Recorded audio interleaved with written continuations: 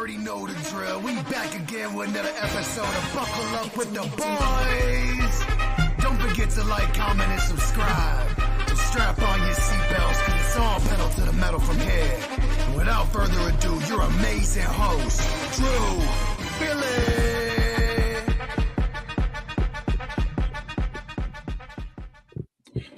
Welcome back to another episode of Buckle Up with the Boys here with your host DB and host Trevor Dinsmore. Trevor, how are you doing again tonight? Oh, coming off a lovely tailgate weekend in Happy Valley. I started drinking at 6:30 a.m. I did not stop until about 10:30 p.m.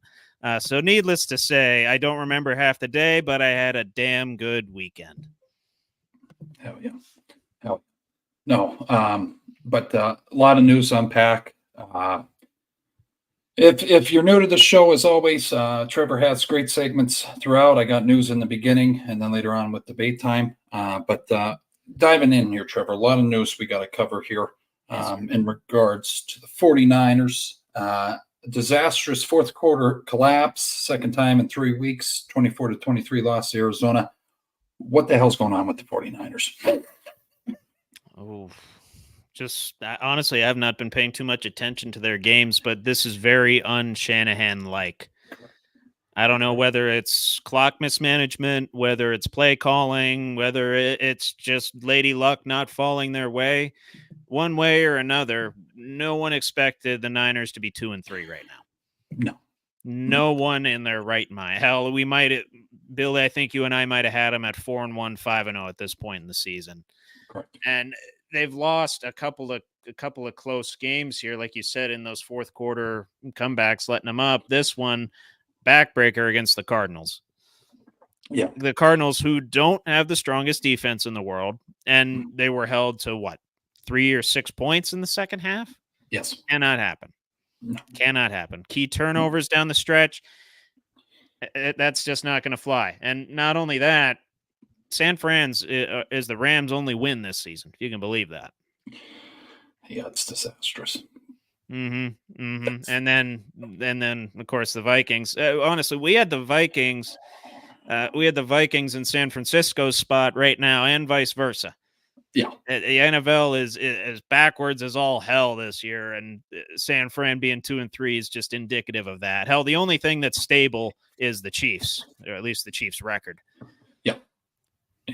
I mean, of course, you know, they have certain special helpers that wear black and white shirts every week, but regardless, they are 5-0.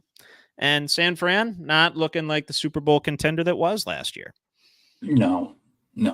I guess call in the question here. How? Sure. I look at the Steelers. I don't like to compare, but I just see San Fran has way more weapons than we do. Is it correct? How concerning is it that Christian McCaffrey goes down? I know he scores a lot of points, but they completely just flop.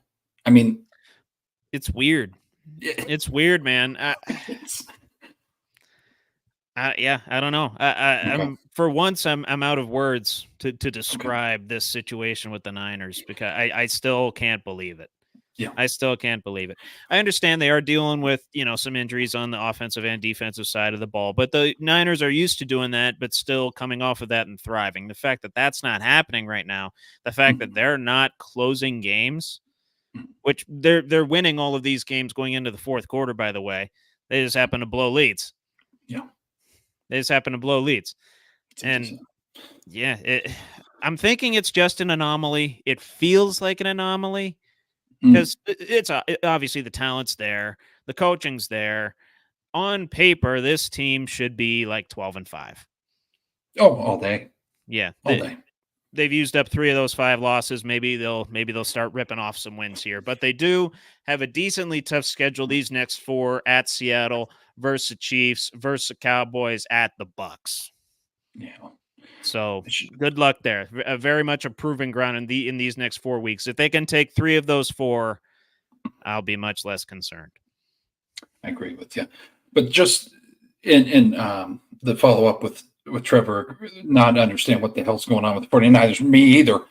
Sam Darnold's 5-0. Joe Flacco just threw for 360 yards and 3 touchdowns. Yep. Geno Smith's leading the league in passing. Yep. The Commanders' offense with a rookie QB is absolutely unstoppable. 4-1, leading the NFC East. And Joe Burrow has 12 touchdowns, 2 interceptions, and is 1-4. There is no script to the NFL season, folks. Okay, there's no way someone made this up. Maybe other than the Chiefs winning, and the Chiefs winning a lot, Yes. and Patrick Mahomes getting all those interceptions called back via flags. Maybe there's a little, maybe there's some action on that, but otherwise, yeah, I don't buy it. I don't buy it. No, but moving along here, Buffalo Bills suffer a heartbreaking loss to the Texans. Sean McDermott is under fire after questionable game management issues in Sundays and towards the end of the game, Trevor. Now, yeah, we're dealing with Josh going 9 for 30. We're dealing with I don't know what the fuck. That's another game. I don't know what the fuck happened. I watched it live. We're sitting there. He's just slinging the ball. I don't know if he's not seeing guys or what the fuck's going on. I don't know. I don't know either. I tell you, I meant to watch the tape, and then I saw 9 for 30 immediately. I'm like, oh my god, yeah, I gotta watch and see what the hell happened here. But still, I don't know. Looked very, very disjointed. The play calling wasn't all that great.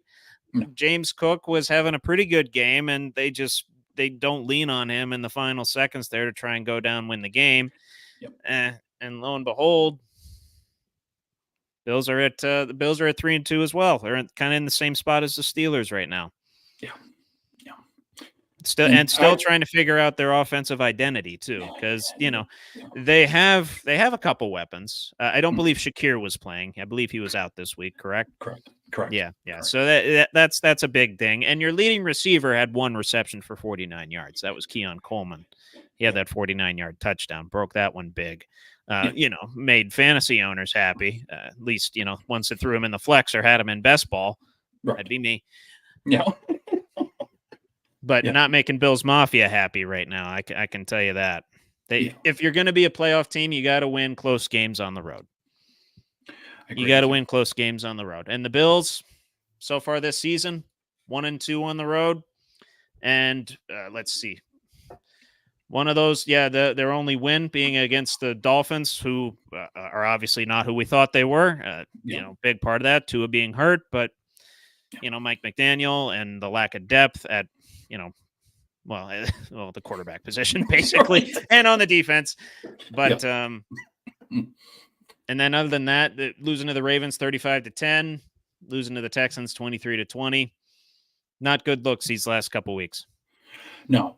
And the other thing I want to call in the question, maybe Bills Mafia can answer us in the comments. They have not publicly said what Josh's injury is on that left hand.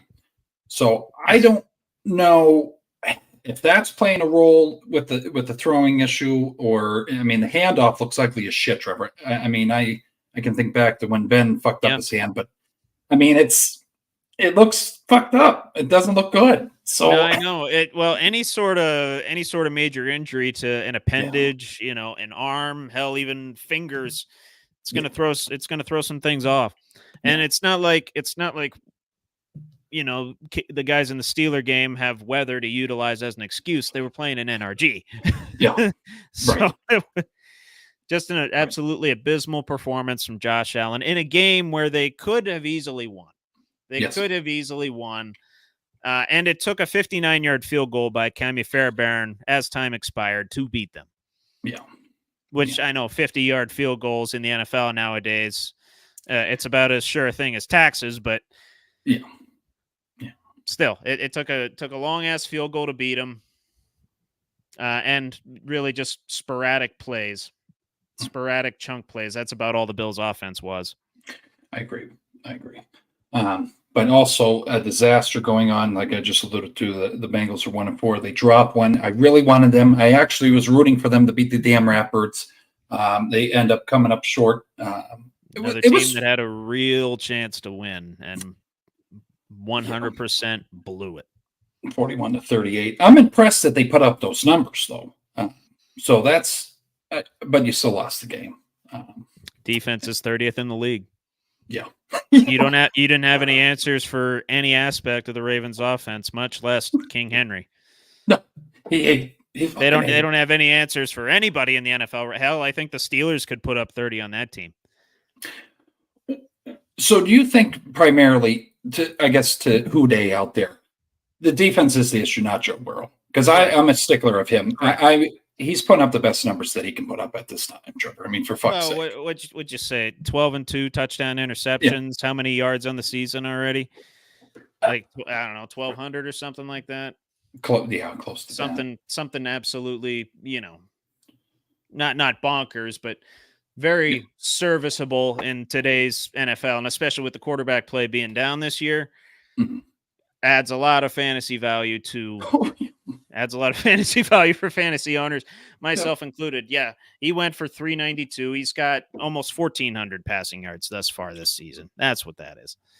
So no, I know. I'm aware of that. I'm aware of that. But T. Higgins finding his form. Jamar Chase finding his form, had that long touchdown and another one. You score 38 points at home and you lose. That's something. I mean, yes, we can blame the holder on that field goal all we want. It was bad. I get it. Snap was a little high. It was up here. Snap was a little high. Bobbled snap. McPherson misses. Then all of a sudden, Ravens drive down, kick a field goal, game. Yeah. Well, Derrick Henry run, kick field goal, game. Breaks it off too. No, I know. No, absolutely. And credit to King Henry in that game. 92 yards and a tud. Wasn't King Henry in that game. But still, 92 yards, very serviceable. Zay Flowers, 7 for 111. Yeah. No answers. No answers at all. And if a secondary like that is giving up 348 passing yards to the Ravens, not good. No. Not good. No. Ravens, not primarily a passing team. They're supposed to be a ground and pound run game type of team, especially with King Henry and who's their backup? I can't even remember names now. Is it no? JK's not there anymore. No, JK, Justice Hill. That's who. Justice Hill. Yes. Yeah. I just dropped him from my fantasy team. That's why I forgot his name. All right. But anyway, you gotta do better than that. Not only that, gave up 55 rushing to Lamar. That's not going to cut it. Yeah. But moving on to a very sensitive subject here. Well, let's talk about the good before we get into fully. Fucking TJ Watt hit the 100 sack mark. Trevor already in his career. Reggie White and also Jared Allen's a part of that group as well. But I don't know. I feel bad that we didn't win the game because it overshadows what the hell he did in this game. That's the most upsetting part to this. But to all the Cowboys fans that tune in tonight to see me and Trevor lose our shit, I think Trevor has a more positive outlook than I do. We're doing what we did last week. A little good cop, bad cop action. With I know we did that with the Colts game. I had a much, much more positive outlook on that game than I do on this one. That being said, I'm a little more at ease with how things went than Billy is. So you want to go first? Or you want me to go first? You want me to just bring a sense of calm here, and then we can, bring the sense of calm, and then you can bring the heat. Yeah, I'm cool with that. I'm absolutely cool with that. Let me bring up the box score here real quick. So obviously final score 20-17, took a last minute of the game drive by Dak Prescott, driving all the way down the field. And I will say that Cavante Turpin, Jalen Tolbert, who was injured the play before, came back in, warrior, absolute stud, fought off tough coverage, made the game-winning catch. Yeah. On a fourth down when it was the game. It was the game, plain and simple. Beautiful play call by the Dallas OC, ran a mesh concept against man coverage, which the Steelers had been playing all game. They finally were able to take advantage of it. Spot on throw from Dak. Great catch by Tolbert. Again, can't give enough credit to him. Absolute stud. Came back into the game and just made the catch of the game for sure. Yeah. I will say on the game though, the Steelers, they had a lot of opportunities. The 3 turnovers, I know 2 of those were in our own end, and I think the other one actually was as well. 2 of those were in the red zone. Had a lot of opportunities to take advantage of that and flip the game a little bit. Were unable to do that, and really just kind of shot ourselves in the foot quite a bit. Weren't able to run the ball whatsoever. Not a whole lot in the passing game. Hell, the throw of the night might have been Kyle Allen to Pat Freiermuth. Correct. So that'll just give you enough. But I will say this for those that are doubting Justin Fields, for those that are doubting his ability to ball. Yep. No one was getting open. Okay. No one was getting open downfield, much less the guy that said always fucking open on his paint here. Or I forget exactly what it was, but something along the lines of always fucking open, had it on the eye black. He wasn't getting open. Muth wasn't really getting open. It was a lot of dink and dunks, and the major throw for Fields downfield was the catch by Connor Hayward. Him getting a nice hometown touchdown. And a lot of folks that I knew were texting me, anytime touchdown Connor Hayward, they actually threw in that bet. So, no shit. That's excellent for them. Yeah. They said he always scores like 1 or 2 random ones early in the season, then 1 or 2 random ones in the latter half. I will say this too. We're still working with an offensive line that is a work in progress.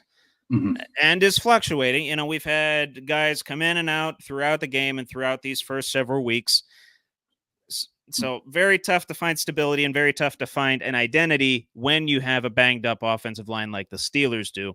And we had our 2 backup running backs out. Cordero Patterson was hurt, and obviously Jalen Warren's been hurt for this early part of the season. So when you have really one running back to rely on, in a system that's not really designed for one running back to thrive too much, at least one the caliber of Najee. I mean, yes, I know Arthur Smith ran this with Derrick Henry, but that's Derrick fucking Henry. Yeah. This is Najee Harris. Yeah. He's not Derrick Henry. No. He can't be that workhorse that gets the ball every single down. We've known that as Steeler fans. He's good.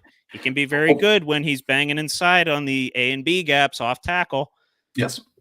He can be very good. And, Warren, we let him bang around in there too, but we need that change of pace guy. We did not have that.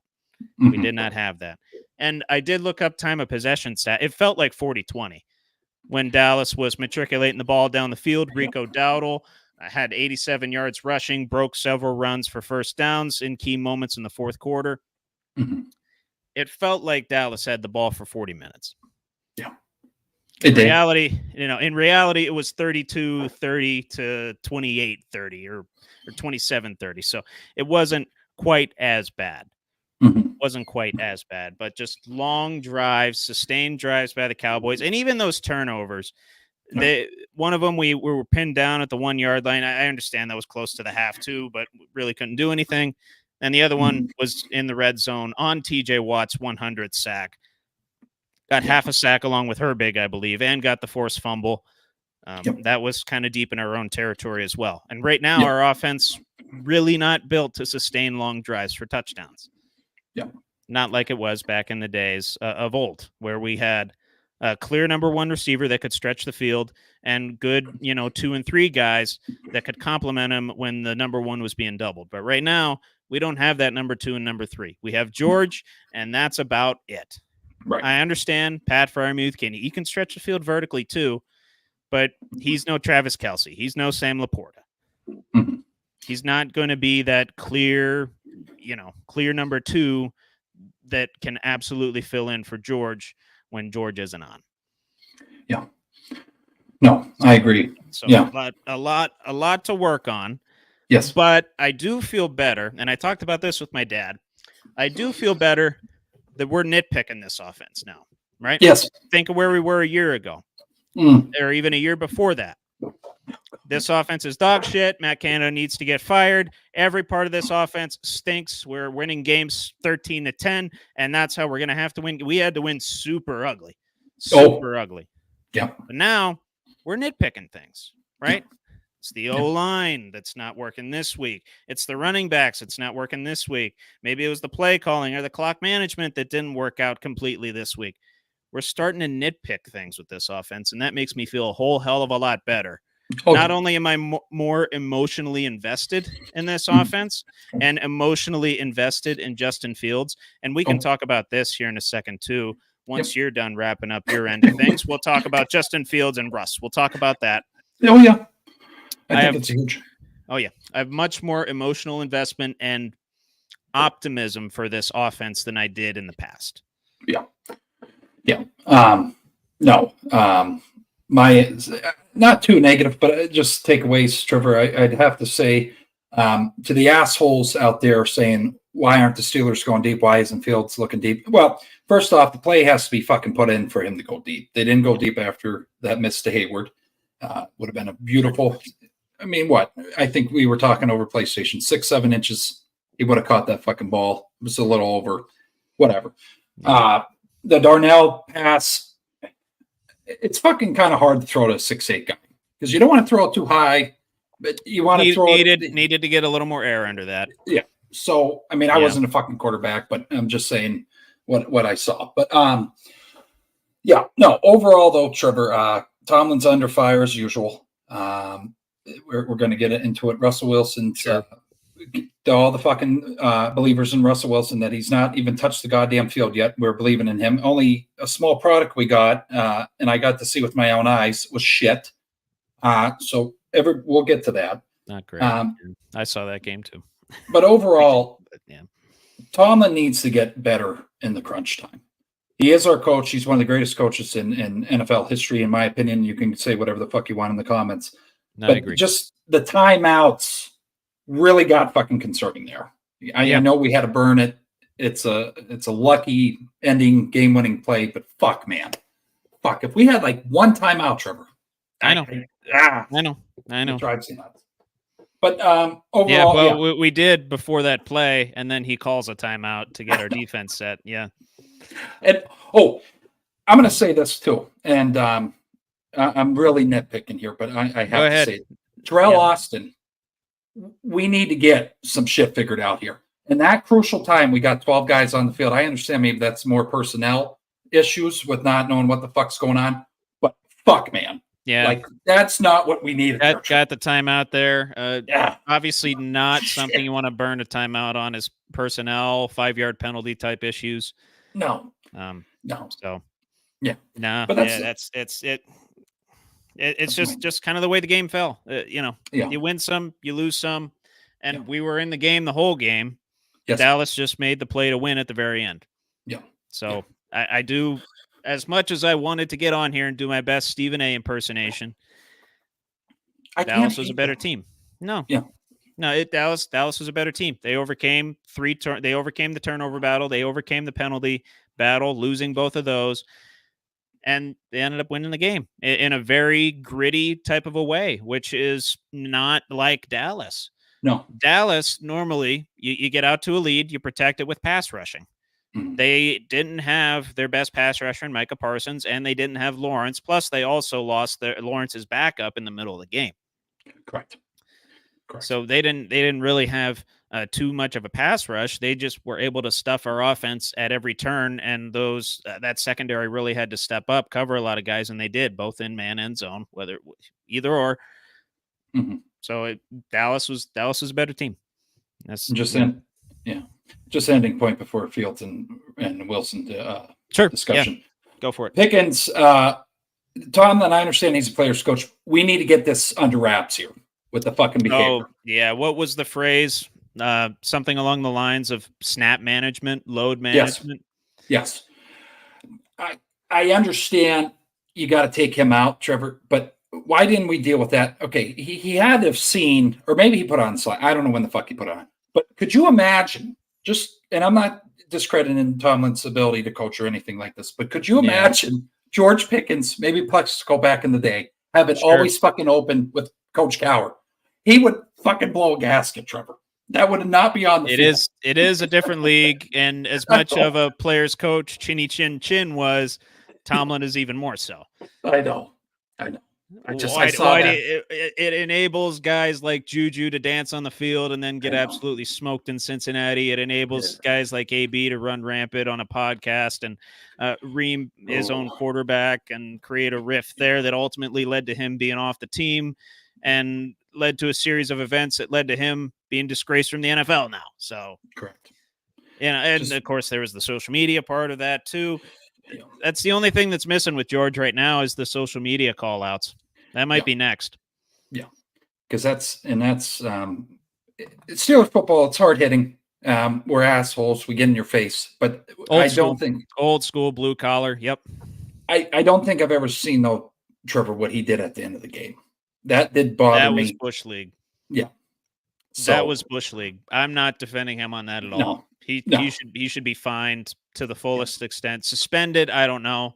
Yeah. But that was 100% Bush League. That does not belong on an NFL field. No. And to all those old Steelers that were watching it or in attendance, probably were fucking disgusted by that. So it's a disgrace. Snoop Dogg was even there. He was probably disgusted. Oh, he probably smoked an extra blood because he saw that shit, Trevor. I'm not going to lie to you. he never needs an excuse to smoke an extra. No. Fucking Pickens, what the hell? But anyways, no.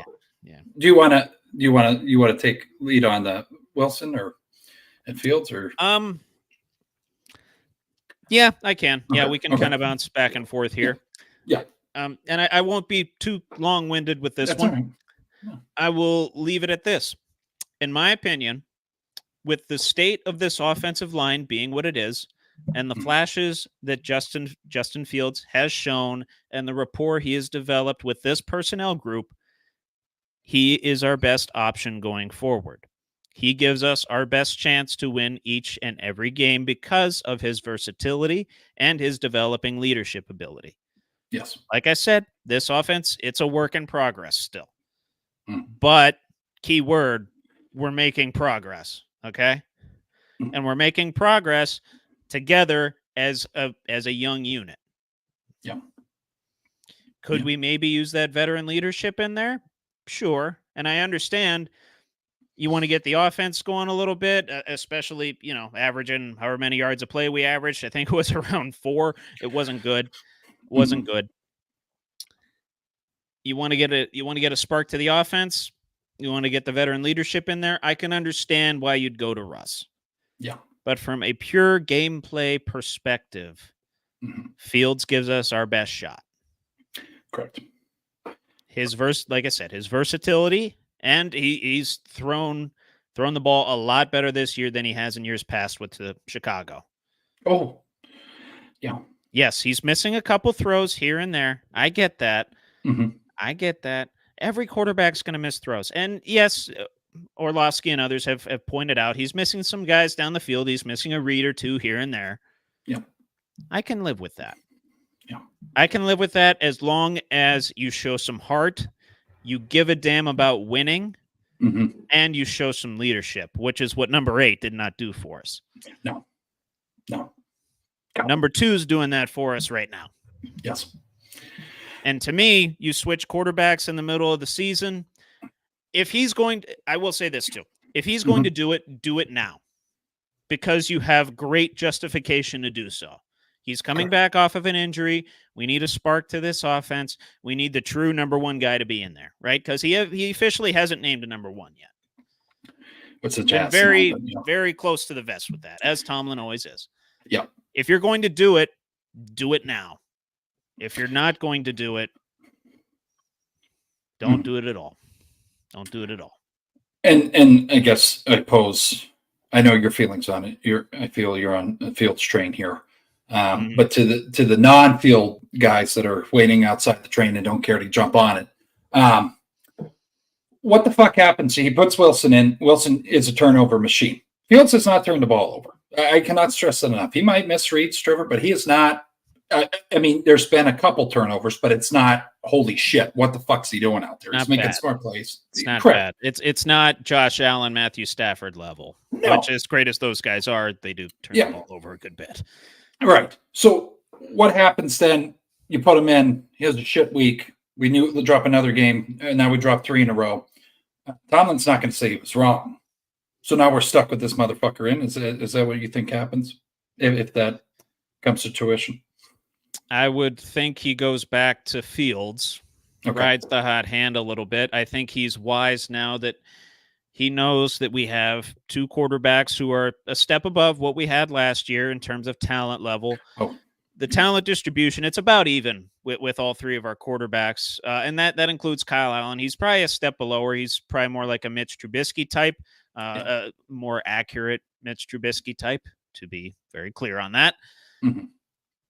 But, you know, we have guys that are a step above what we had last year. So I say you ride the hot hand at that point, and you go back to Fields. Okay. No, it's a conversation, and it's going to be probably. Well, I watched his press conference today. Mm-hmm. And he usually announces shit, did not say anything, bounced around the question. So we might be until Friday we get an answer. Yeah. Well, yeah. I mean, Russ is practicing tomorrow. Not with the first team. Fields is still going to be with the first team for the most part. Mm-hmm. But we'll see what happens Thursday. If Russ is getting first team reps on Thursday, he's probably going to be starting. Yeah. Oh, we got.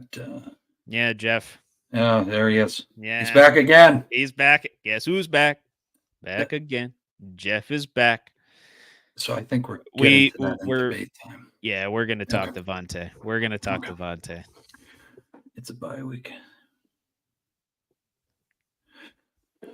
Yeah, no, they definitely we'll talk about that in the debate.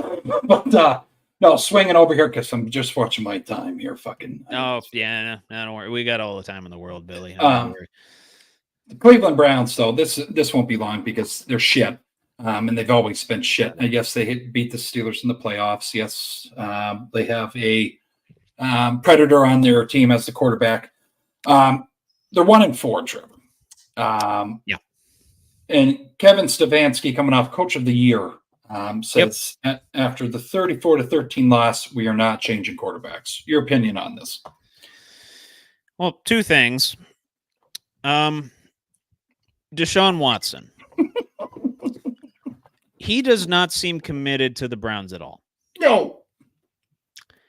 There was a certain play and a certain video that surfaced on it. I saw it on Instagram. I'm sure it was on other social media platforms where the Browns, they're down. I think it was a couple touchdowns. It was either in the second or third quarter. They're driving down. It's 4th and goal.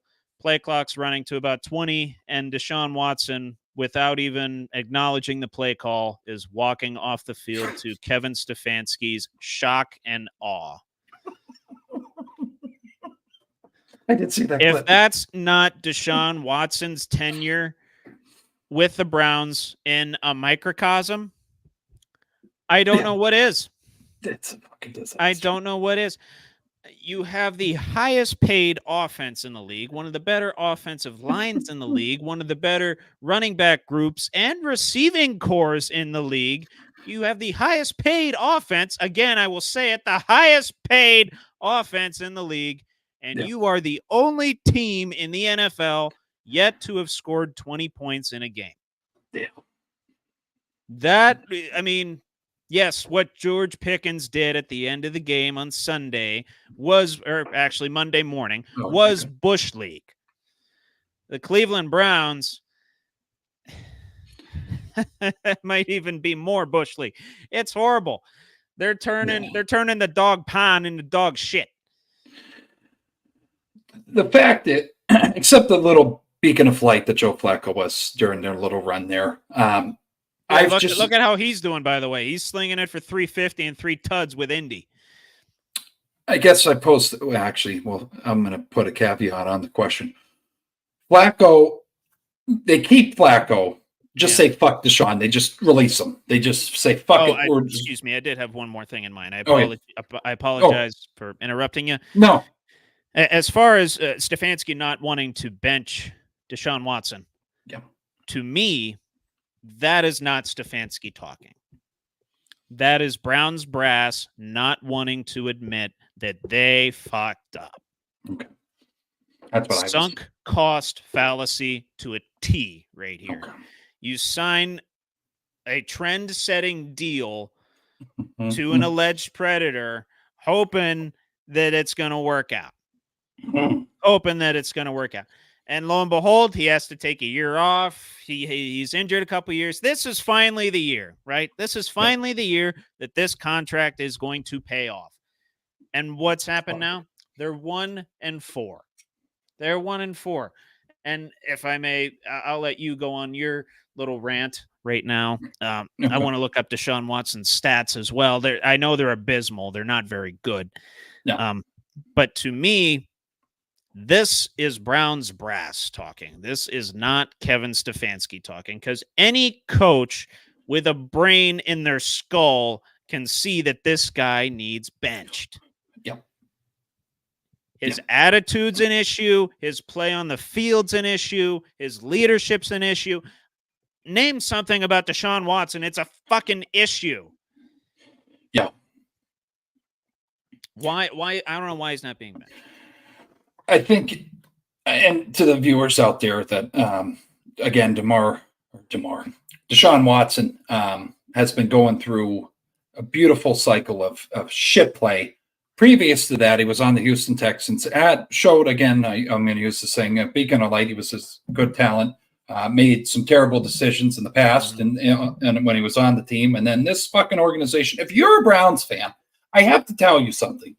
Either you're stupid, or you're just blindly loyal, or you might need to get counseling, because I couldn't watch this every week. I agree. It would drive me insane. I'd probably be dead of a heart attack right now. I will give Browns fans this, though. They are loyal as hell.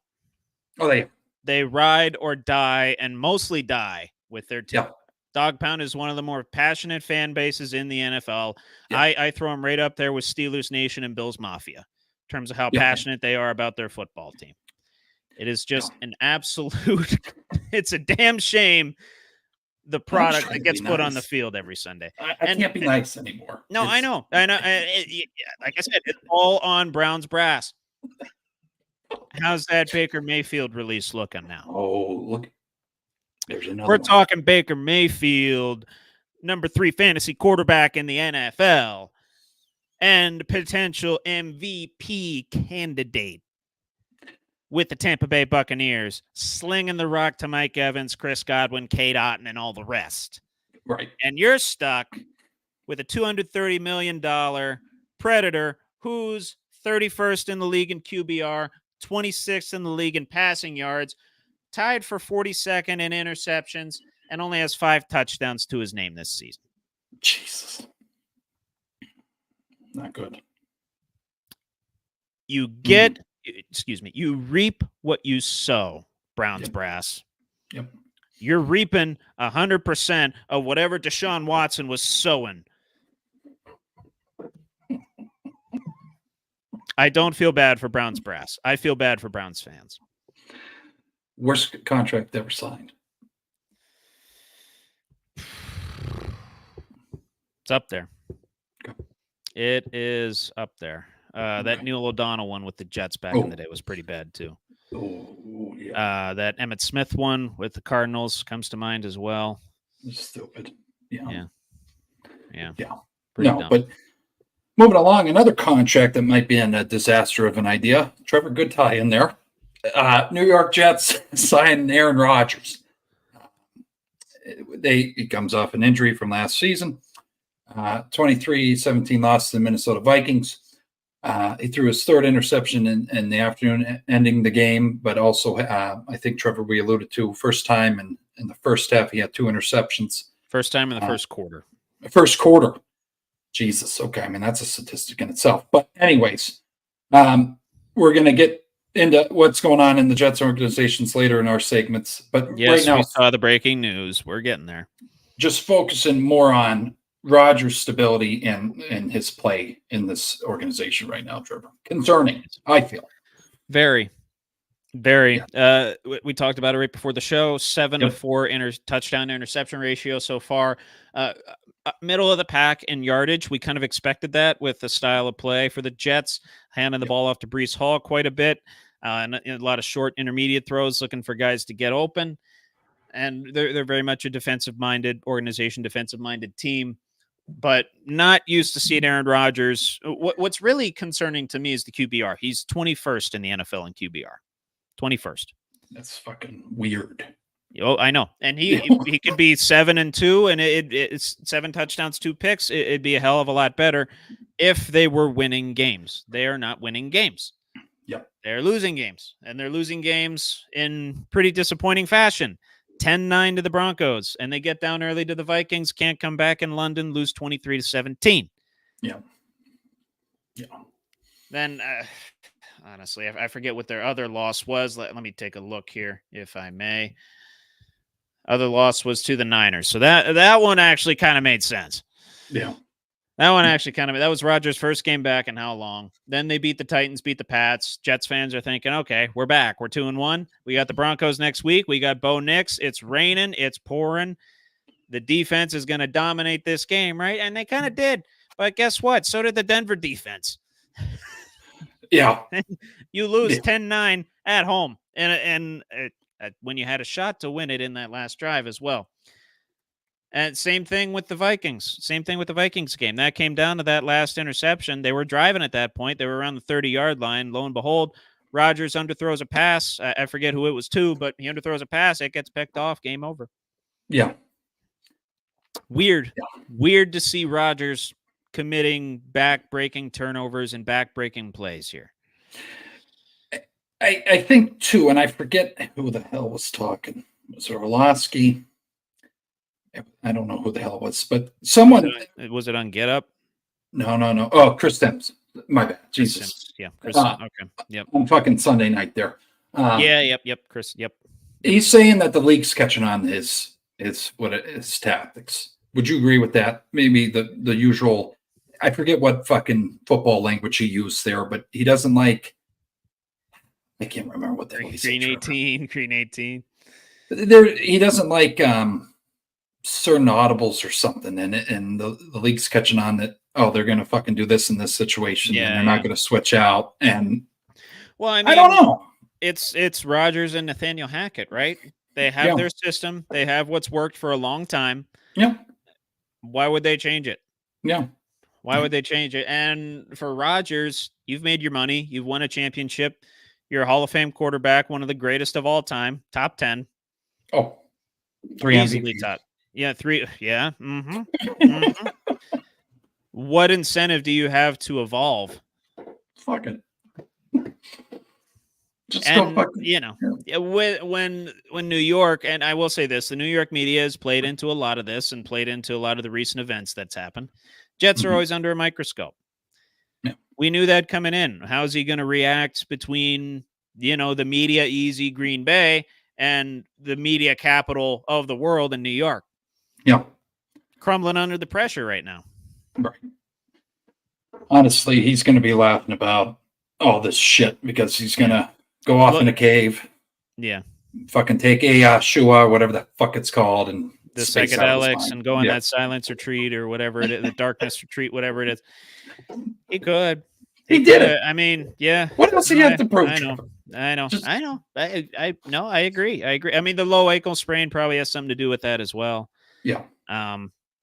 But regardless, as a quarterback in the NFL, you got to fight through some hits, and it's tough to do that at 40 years old. Oh, that's another factor as well. Yeah. Yeah, he's getting he didn't get sacked a whole lot so far, but he's getting hit a decent bit. Yeah. The Jets were expecting that offensive line to be much better than what it is. Yeah. So I just have to say, I'll be back later with debate time, but I just have to say it is weird seeing the childhood mega stars at the QB, all of them starting to retire, get into that older age. We were spoiled, man. It's fucking me up a little bit because those are the highlights I watch. I don't watch fucking current day. I watch that shit back then. Yep. That was good football. But yeah, again, I'll be back later with debate time. Trevor's segments here. You want to get right into?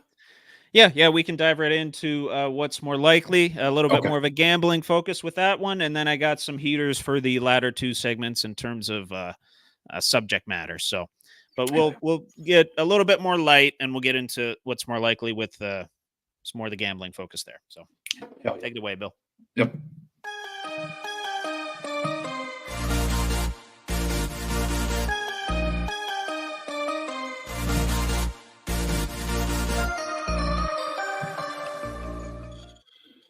And before anyone asks, yes, I'm wearing a Notre Dame jersey and drinking from a Penn State koozie. Yes. I had to show off the new Kyron Williams that I got. Okay, I got this thing for like $40, and plus I got those Downy scent beads, tossed in the laundry. This thing smells like lavender. It's fantastic. It's actually calming me the fuck down right now. But let's get fired up with what's more likely and dive right into it. More likely NFL FanDuel weekly special to make better some cheddar. Yes. Any offensive lineman to record a receiving touchdown, or Lamar Jackson and Jaden Daniels to record 25-plus rushing yards in each half of their respective games. Both are at plus 750. Mm-hmm. I go with the latter there. Jaden Daniels and Lamar.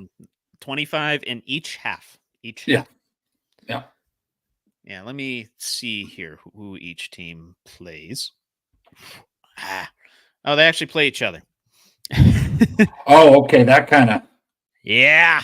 That's actually gonna be a good game. That's gonna be an interesting game. Ravens favored by 6.5, actually. But that's gonna be interesting. You know what? I'm gonna go lineman there instead, Trevor. You gonna go lineman? Just to help my cause, I'd say Lamar has 70 plus, and we'll go with Jaden with 50 plus fucking rushing yards for total in game. Total. Okay. Yeah. Okay.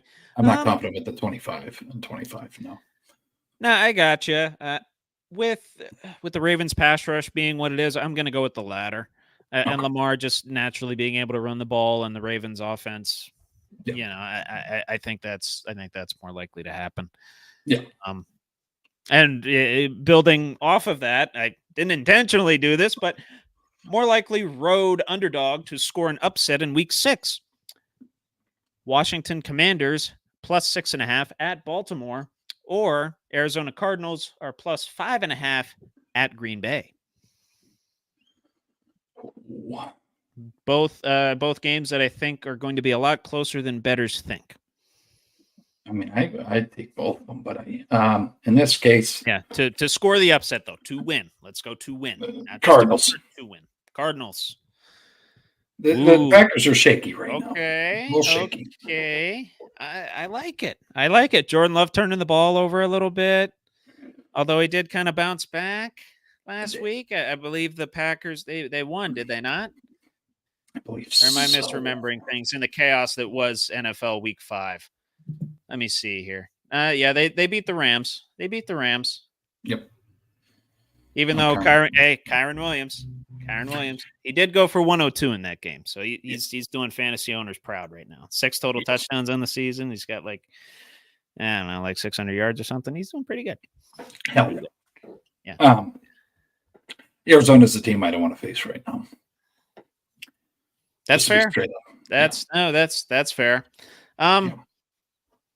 You're taking the 2-3 Cardinals over the 3-2 Packers versus the 4-1 Commanders over the 3-2 Ravens.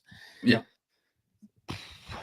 I'm more on the side of Daniels perhaps getting a wake-up call with a very stellar Baltimore defense. Yeah. And the Cardinals offense, they've done well so far, kind of emerging out from under the shadow of that very tough Green Bay defense.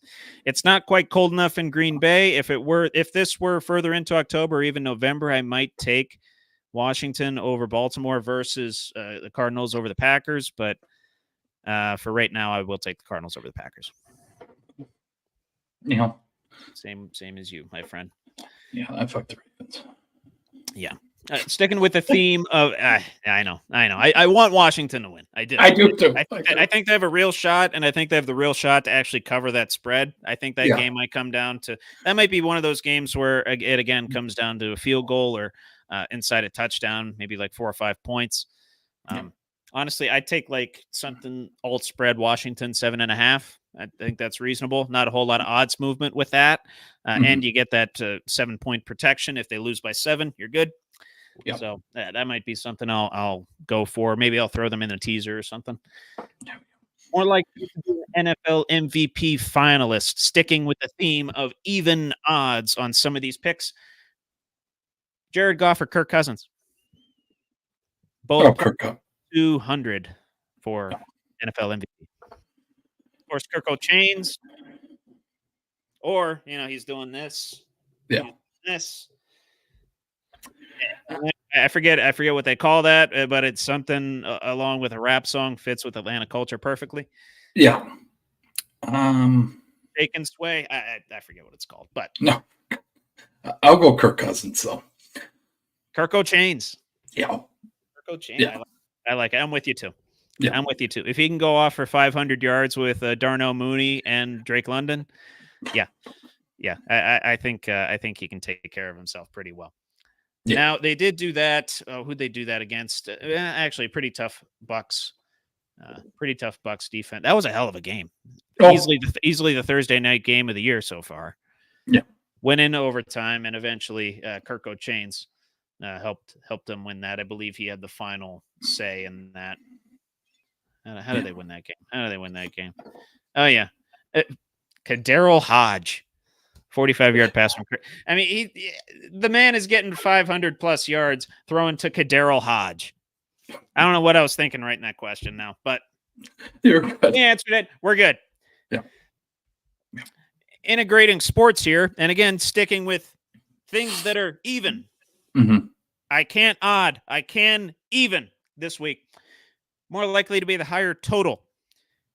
KSU Colorado points. At 56.5, or Oklahoma City Thunder regular season wins. They're the favorite in the West. They're also at 56.5 for their total, over under win total.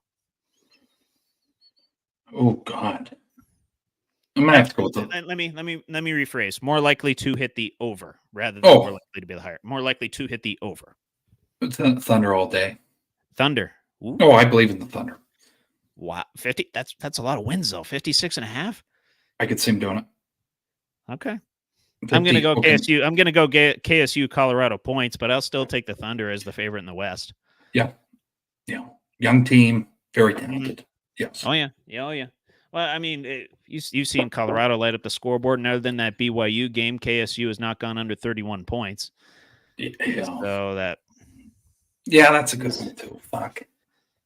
I know. I'm just saying, man. I mean, we see the way Shedeur tosses it around to Travis Hunter, right? Yeah. I think the safer pick would be the first one. I am going with the safer pick. I like that you're going with not necessarily the underdog pick, but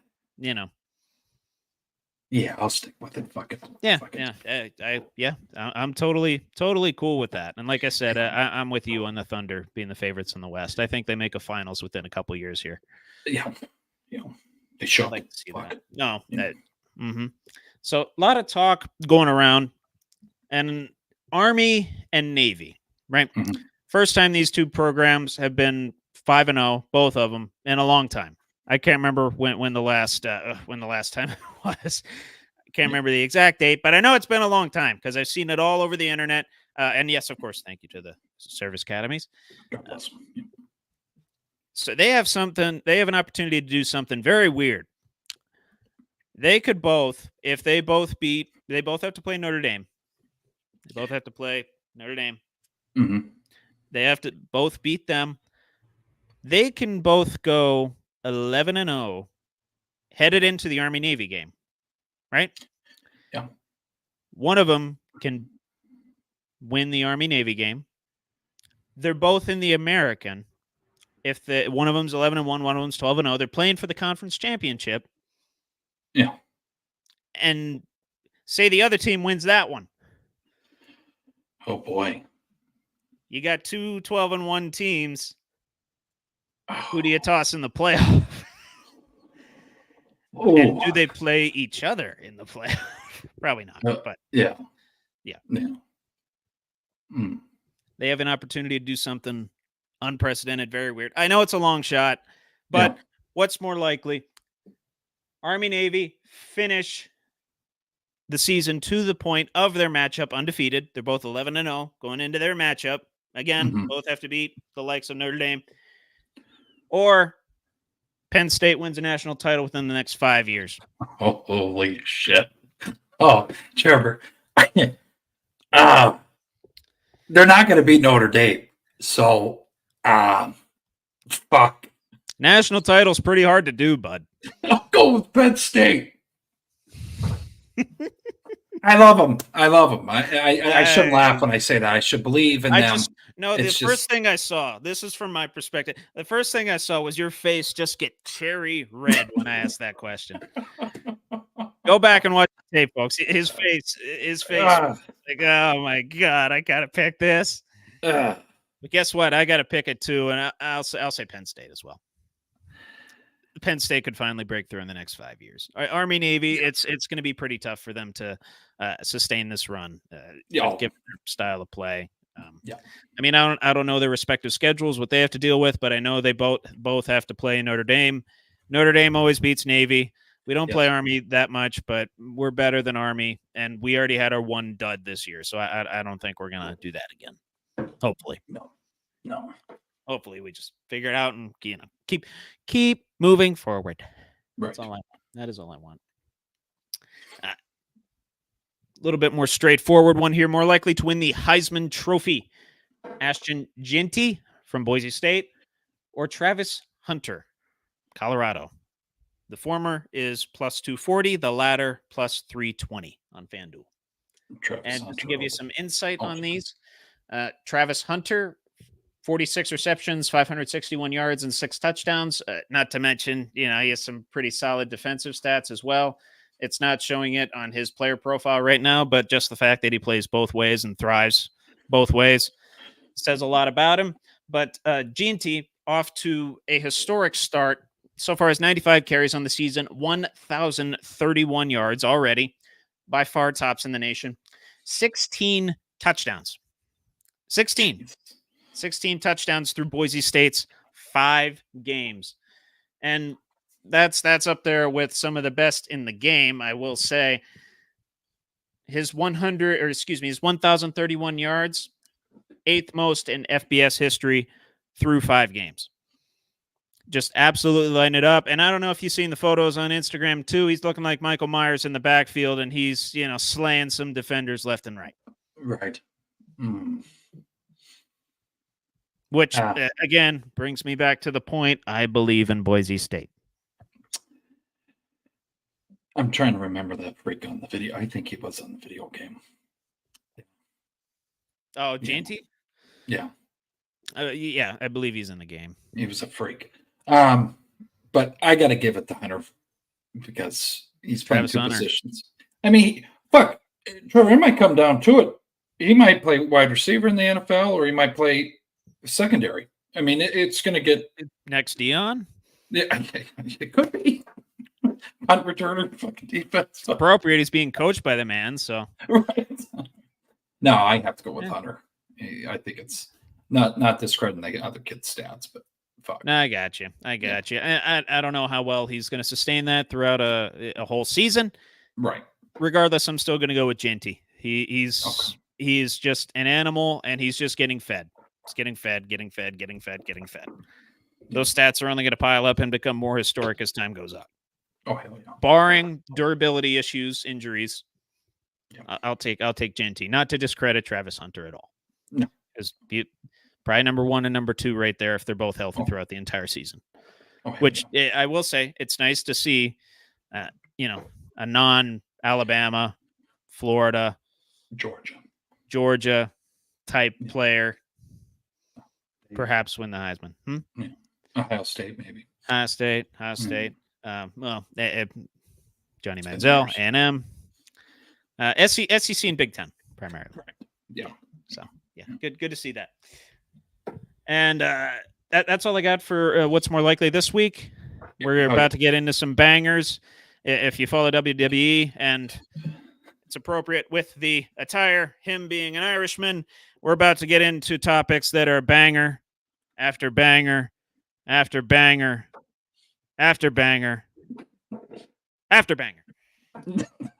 All in race checker fold coming up.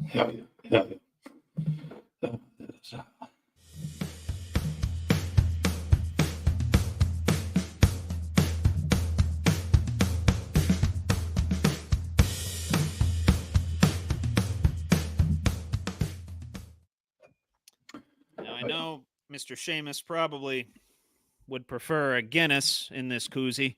Yeah. But I got myself a Michelob Ultra. I got to survive and do a podcast throughout this whole thing. Okay. I'm not drinking beers in Dublin with Pat McAfee while he's doing his show. Okay.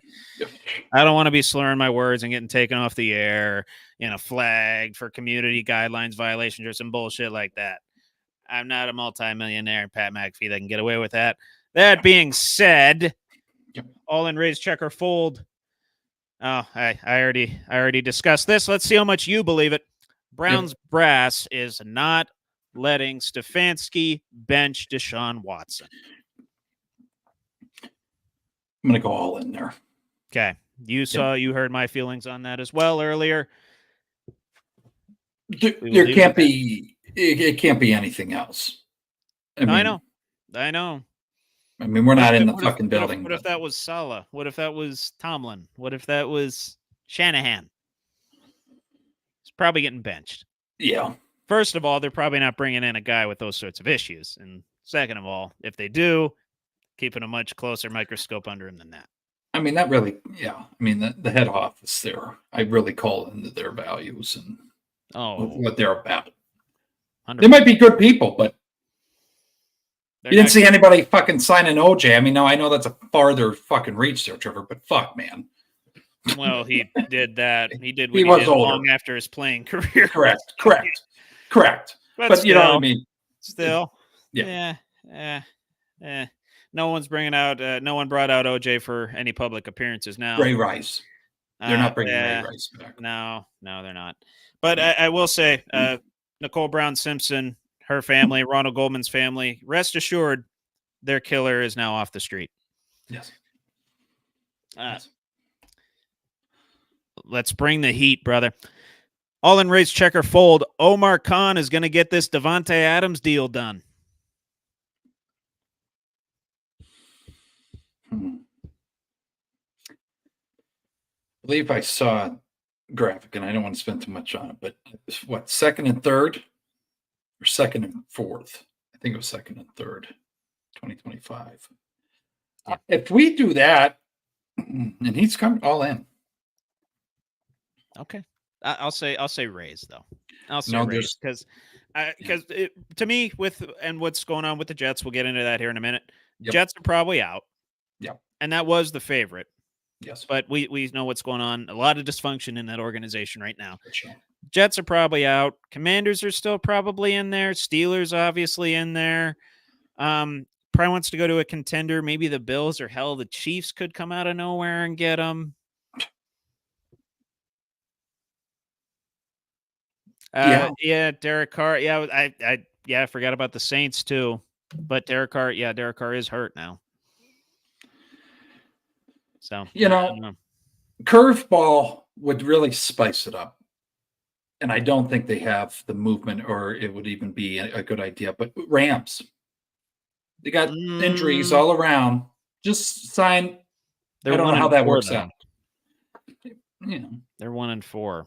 Need a weapon in there. I know. I know he won't have to move too far, but just I don't know if they have the cap either. I got to look at Spot Track. I don't think they do either. Were the Browns around that or no? No. Okay. No, they already have the highest paid offense in the NFL. So that's what I was. Okay. I'm trying to think of anybody else that. No. Honestly, I can't really think. The Titans even in a fucking conversation? I don't think so. Okay. I'm just thinking of guys that fucking. Yeah, I was just trying to think of the graphic that McAfee had up not too long ago. He showed a bunch of the teams that had the most cap space. Yeah. And obviously he requested to go to the Jets, so that was kind of first and foremost. The Dolphins might have been up there as well. Okay. Although without a quarter, who's going to throw to him? Yeah, they don't really have a quarterback right now. They had Huntley, but and I guess credit to him. I think they did win. I think they did win 15-10. I believe the Dolphins won this past week. Yeah. Jesus. Yeah, 15-10. Yeah. Huntley, 194 yards and a pick. Gotta love that. Serviceable, Jesus. Yeah. And of course, Kansas City, Jeff, thanks for reminding me. Rashid Rice. Lord knows what's going to happen with his legal issues. And of course, he's hurt. So he's going to have legal trouble at the end of this. So correct. Yeah. December. He's going to come back. So if the Chiefs come in and swindle, I'm gonna. I'll flip the fuck out. I guess this is we're completely going off fucking tangent here, Trevor. No, we're fine. This is why I bring up these heated topics. Go ahead. If they get Devontae, and I, damn well, and everybody that knows me in the football fandom world, I hate the fucking Patriots. But if they get him and then they win another Super Bowl, I will hate the Chiefs dynasty more than I hate the Patriots. They will take predecessor. I heard a rumor that they are making a reality show out of the Kansas City Chiefs. I saw that shit. The Chiefs, I think it's the wives or something. Yeah. Wives and girlfriends and stuff. I can't believe I am saying this. I never thought in a million years I would say this. I miss the Patriots dynasty. Yeah. I miss the Patriots dynasty. And for those that didn't hear it in the back, I miss the Patriots dynasty because this dynasty is that fucking annoying. Yeah. Did you see, and I don't think I said it today, I meant to, and I fucking clicked the other person's name on Instagram, but Bill Belichick's reaction on Monday night when they showed Taylor. I did not see that. What did he have to say? I imagine it was fantastic. He just went, That's all that's his reaction. And then Payne and Eli are just laughing. And that's all he said. And then he didn't say shit. And it was like a 30-second awkward silence. Wait, were like Eli and Peyton, were they just like giggling there or were they giggling? Like bawling? They were just like trying to hold it back type of laughing. Eli was more, but Peyton was full on smiling, giggling his ass. I'll have to. If you find that clip, please send that to me. That'd be fantastic. Honestly, post it on the Buckle Up with the Boys on the Instagram. Yeah. Post it on there. Yes. But anyway, are we done with Devontae? Yeah, we're good. Okay. Okay, I can move on to the next thing. Cool. You saw the Vanderbilt game? Caught a little bit of it, yes. Diego Pavia and the boys upsetting Alabama, their first win in school history over a top 5 program. They were 0-60. They are now 1-60 against top 5 programs. And this Vanderbilt team, historically horrible, twice as many 10-loss seasons as 8-win seasons. Ain't won the SEC since they've been in it. They got in the SEC when the Steelers were born, my friend. 1933. They have never won the SEC. Yep. Surprisingly, they're not ranked. No. All in Ray's checker full. Vanderbilt should be ranked in the top 20. Let's go Rays there. We'll go Rays. Yes. Rays. Yes. Okay. Let me see exactly where they are. I feel there's politics in this also. They are SMU's 25th. Other teams that got votes, USC, Nebraska, Navy, and Army are ahead of them. So what are they, 30th? 30th. Yeah. Politics play a factor, but I'll tell you this. Let's analyze the teams that are ahead of them right now. Yeah. SMU, Michigan, Illinois, Pitt's 22. They kind of deserve to be there. I know. Missouri dropped all the way to 21st. They probably shouldn't have dropped out of the top 10, losing to Texas A&M, but they dropped quite a bit. Then you got tied at 18th, Indiana, Oklahoma, Kansas State. Damn. I mean, looking at it like that, maybe we'll go down the check. Okay. That's about where I was. I wanted to get you fired up a little bit, though, about Vanderbilt, because it's a good time to be a Vanderbilt fan. And I never thought I'd say this on the program. Probably one of the greatest coaches, except a guy that I can't say because someone will ridicule me. Besides JP, I'll just say JP, so no one loses their shit, Trevor. Nick Saban, probably one of the greatest coaches of all time, has to eat his words. He's on the Pat McAfee or College Game Day. He said, "We always check mark Vanderbilt. Vanderbilt's a win." You were wrong, Saban. I think he said something along the lines of everywhere is tough to play in the SEC except Vanderbilt. Yeah, that's what he said. And then they fucking lose. And they lose. Good for Danny. Good for them. Yeah. Never gave up. I was a little too busy playing drinking games, tossing a football around and drinking a few beers to see game day this week, but I did see that clip after the fact. They played it as the fans were storming the field, which was great. Here's what drives they fined Vandy $100,000. Oh, they do that for everybody. Okay. Yeah, that's everybody. But you got to think of it as a school. The image of them storming the field on top of the big upset, probably worth a little bit more than $100,000. Oh, they're selling copies of it. Yeah. I mean, that guy that was literally looking like Jack Sparrow, looking on the goalpost. You know the one I'm talking about. The guy that was shirtless in the khaki shorts. He's like, "Yes, away!" And they're literally selling pieces of that goalpost, pieces of the field, pylons. They're selling all kinds of shit on eBay for thousands and thousands of dollars. Come on, they'll make it back. They'll make it back. Fuck Michigan. I agree. I fuck Michigan. Absolutely. I'm on ESPN right now, scrolling through, and the first thing you see is that guy on the edge of the goalpost, I guess. Away, land ho, and by land ho they mean Lake Ho because that's where they threw the goalposts. Right. I love it. It was a sight to behold. Truly. One of many upsets that occurred. The other biggest one, Tennessee losing to Arkansas, surprisingly. And we were talking them up big time last couple weeks at defensive line. Potential national championship contender. Then they go lose to Arkansas. So go figure. Something popped. Did you see the fucking security on the field trying to hold the students back? Yeah. Just the fucking kid. There's a long-haired guy with glasses trying to hold this kid back. He just plows through him again. There's an old lady to the left of him. She can't fucking stop him either. I'm like, just get the fuck out of the way, man. You're not going to stop these kids. I was going to say, this might charge some people up, but treat it like the security on January 6th. Just let them go by. Oh, Jesus. Just let them go by, Wow. You didn't think I was going there tonight, did you? No, that was good. I'm charged up, buddy. I'm charged up. And not due to lack of sleep and energy drinks. I'm charged up. Hopefully we don't get flagged for that. Yeah, okay. We'll be all right. Yeah. Switching over to, not switching over to baseball. Sticking with football, sticking with the NFL. Mm-hmm.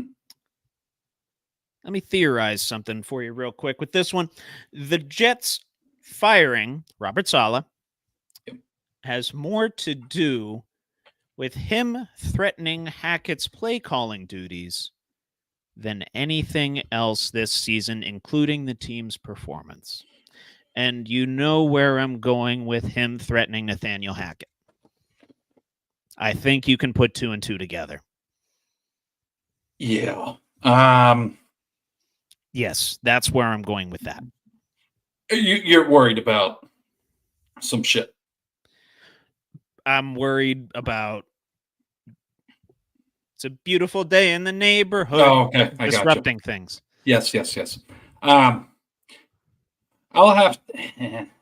Well, so they had to get security to get him out of there. I don't know if you saw that. So that plays a factor because he was probably PO'd. From what I've read, no one in that organization expected that. I'm going to go race. I don't think it's all Hackett. I think it's his behavior. Okay. He's very vocal on the sidelines, Trevor. I don't know what the fuck he's saying. I don't know. Just from the little we saw. Isn't vocal. You got to be vocal. Just that little picture we got of the owner last year, and what the fuck was it? I can't even think what the hell it was. When they go and they're with the team during training camp. Yeah. What the hell's that called? What, minicamp? No, the whole documentary. Hard Knocks. Hard Knocks. He doesn't like shit. He doesn't like shit stirring. So I think there's a combination of a whole bunch going on. I think him and Rodgers were butting fucking heads. I think Hackett did play a role though, but I'll go race there. I don't think it's fully the Hackett situation, but I think it's another sort of situation, and him defending his guy and Mr. Aaron Rodgers. Yeah. So in that vein, I'll say Rays as well. Okay.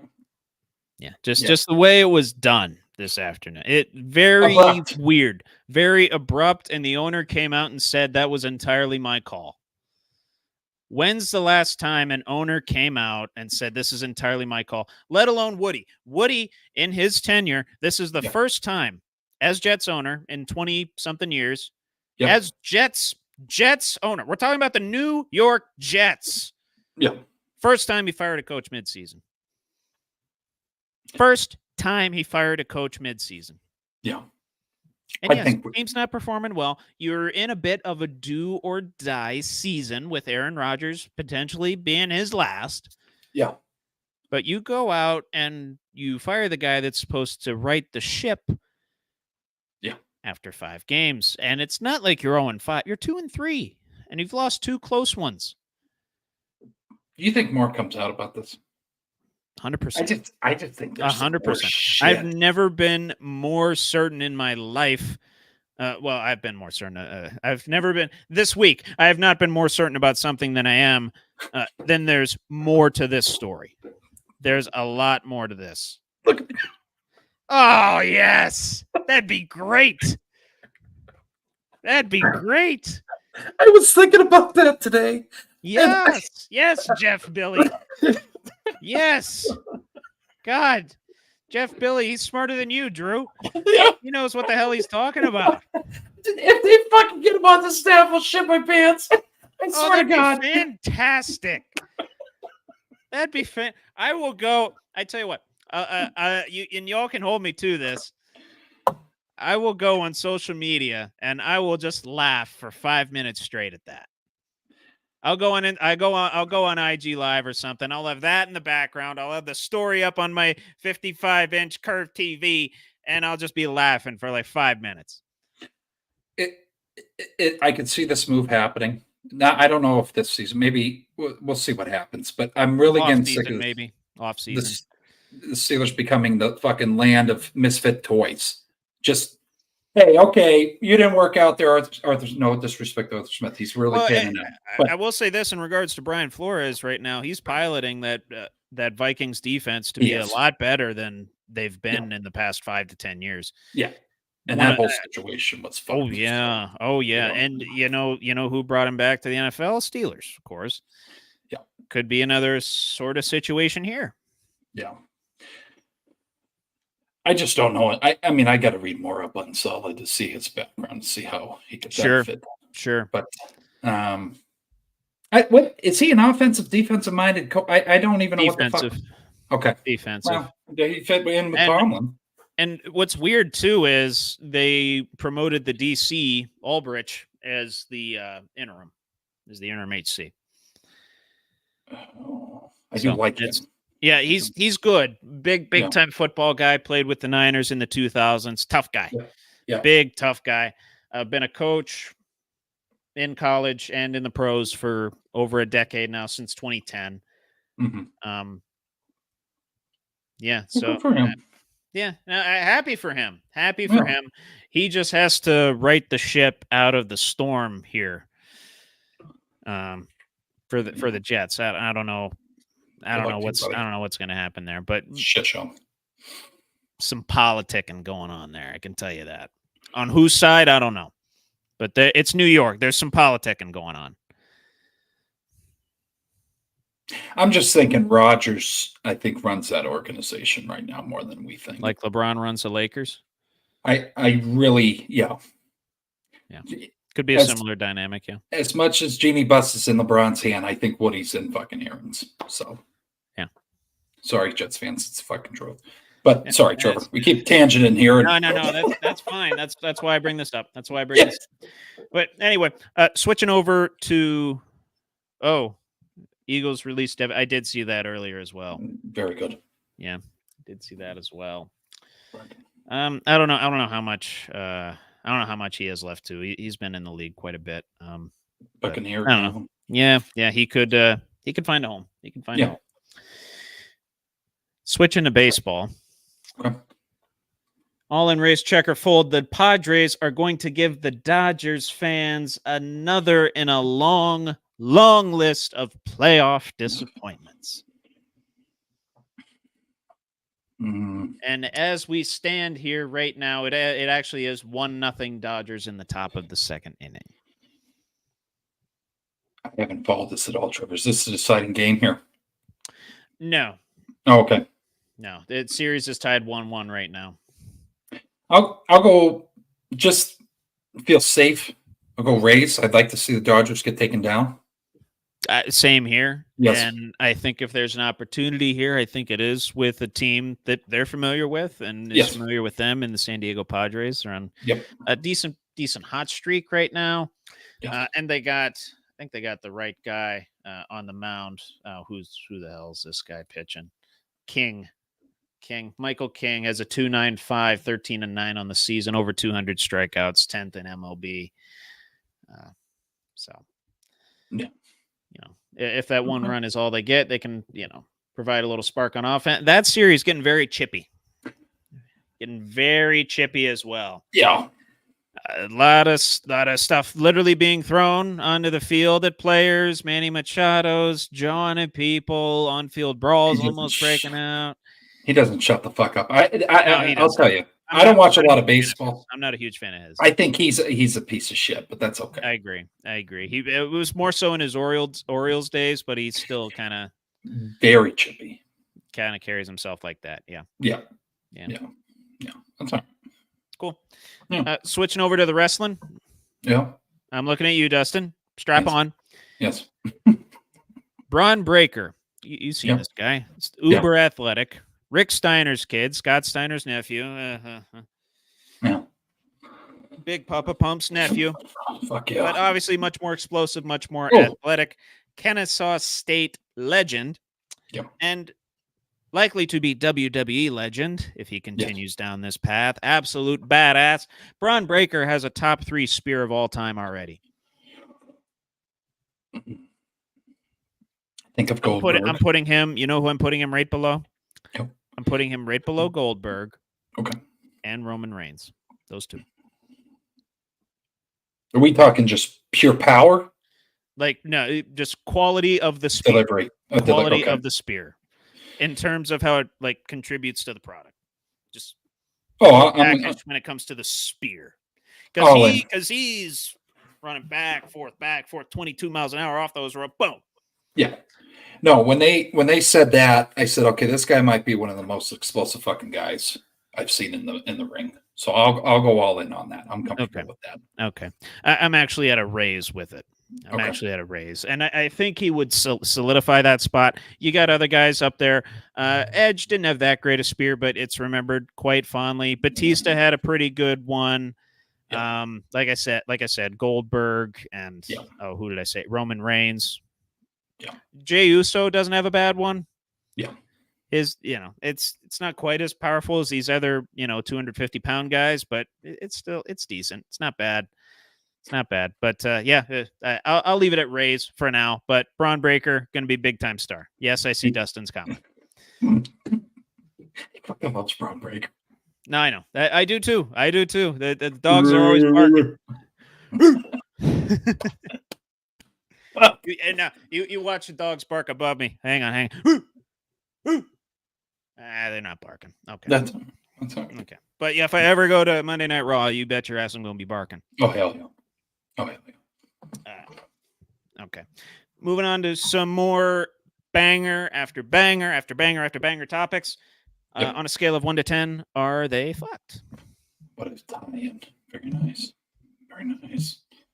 Hold on, let me fucking... Here we go.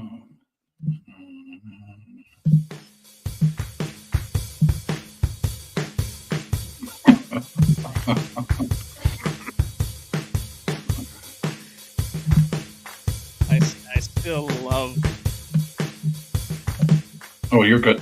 Love that Nicolas Cage meme. That's fantastic. That's, like I said, I wanted either that or the Michael Scott, that one, or the aliens guy, alien with the weird hair. Yeah, that guy. Yeah. Leading right into it, a team that we've been talking about a lot throughout this program and is going to be a topic of conversation throughout the week for NFL media. On a scale of 1 to 10, are they fucked? The New York Jets 2024 season.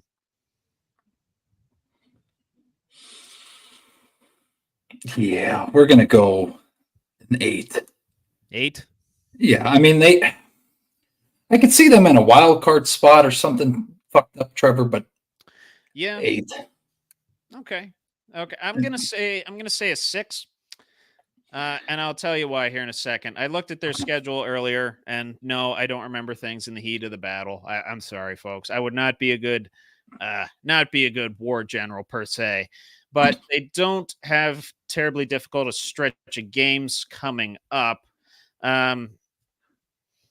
Well, let's see. They got the Bills. That's going to be tough. At Steelers is tough, but after that, Patriots, Texans, Cardinals, Colts, Seahawks, Dolphins, Jaguars, Rams. They could go on a nice little run there. I'll say this. They beat the Bills. What is that, next Monday? Yes. That is next Monday, correct. They beat the Bills, Trevor. I'm not concerned, but if it's a fucking slobber knocker, quote JR there, I'm very fucking concerned. This is going to be a deciding factor. The coach just gets fired the week before, 5 days, 6 days. I want to see how they come back. They come back and beat some ass. I'm not worried about them, but or even if they make it a close game versus the Bills, look good. Yeah. And they look better than they've looked these past several weeks. Correct. Where they've been turning the ball over like crazy, and it's just been sloppy, very sloppy. No. Is it in Buffalo? It is in MetLife, actually. They're fourth of 4 straight home games. I mean, that is probably the worst place you want to go after your coach is fired. It's fucking Hallmark. Yeah. Terrible. I get it. Yeah. Curious to hear where your rating is on this because, I discussed it earlier. Offensive line for the Steelers, much a work in progress, dealing with some injuries, guys moving in and out. Yep. So on a scale of 1 to 10, are they fucked the Steelers O-line?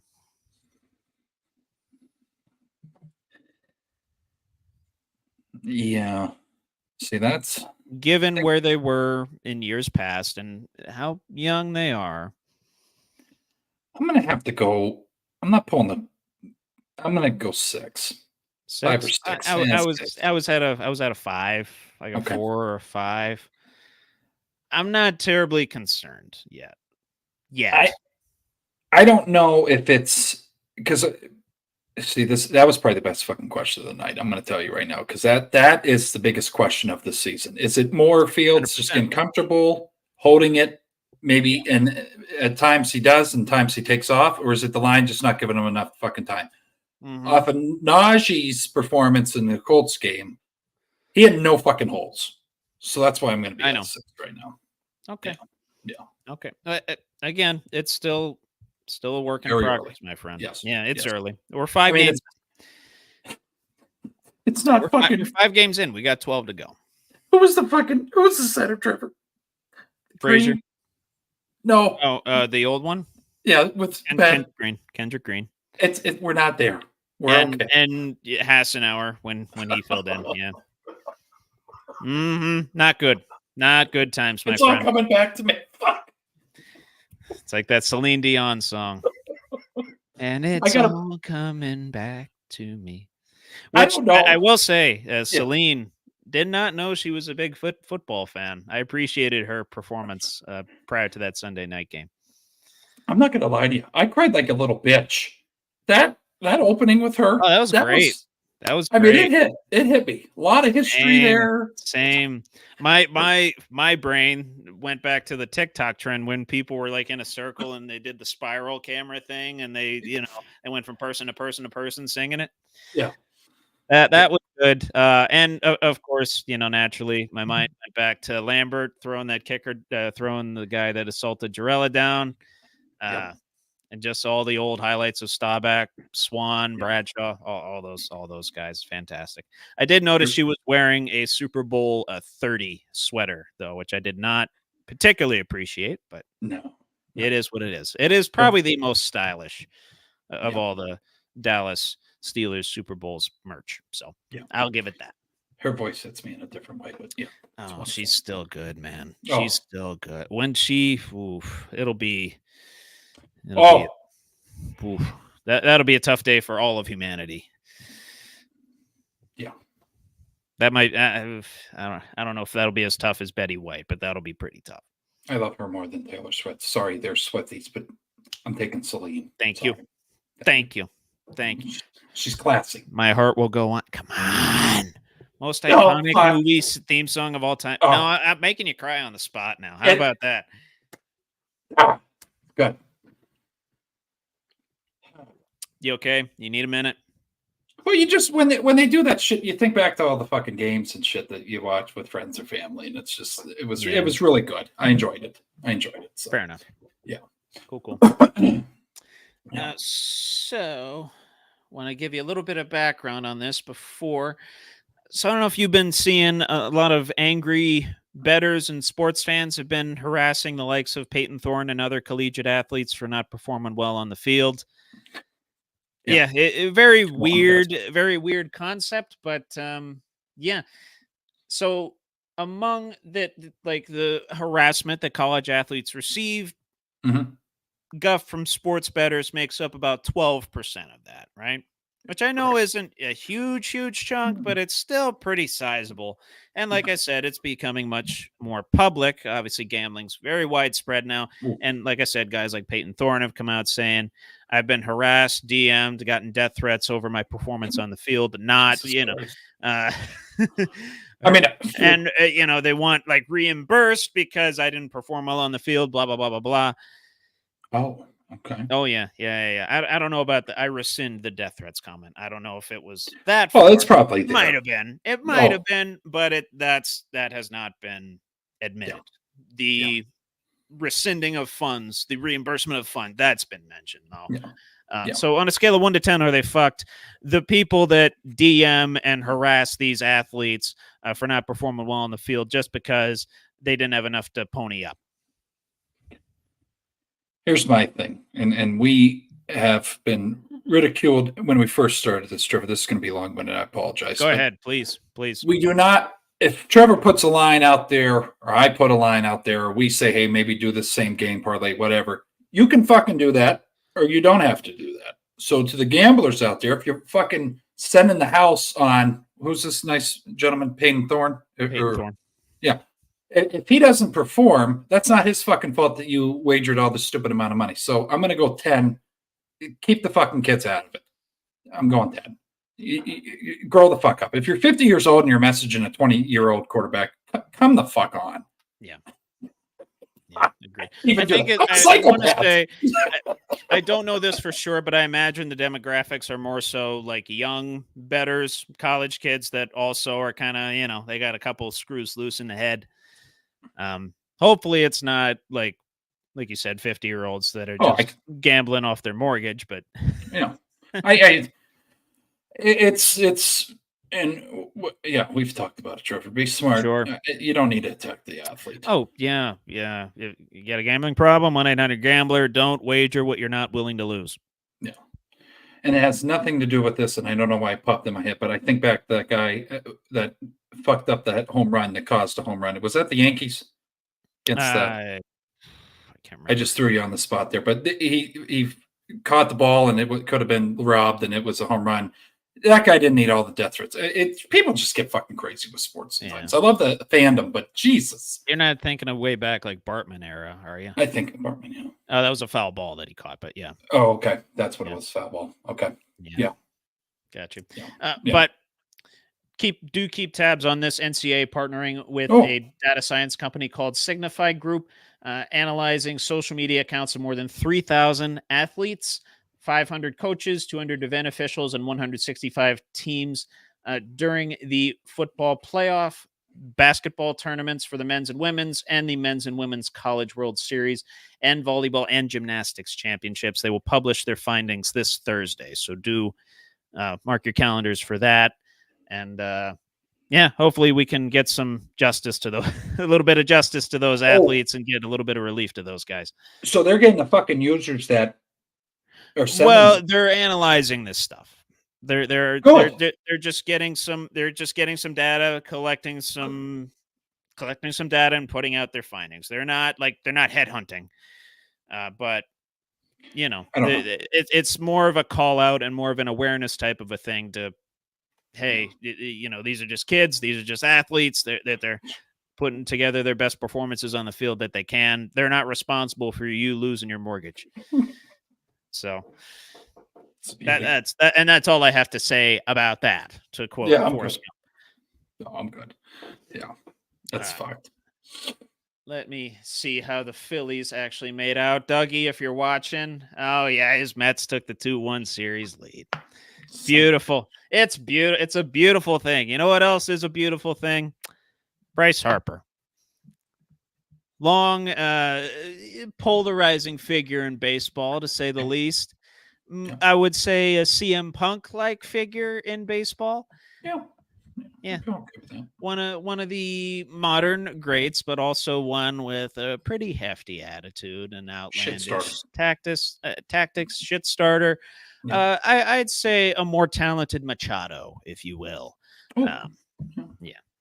I put those guys in pretty much the same ballpark. On a scale of 1 to 10, is it fucked Bryce Harper's chances at winning a World Series in his career?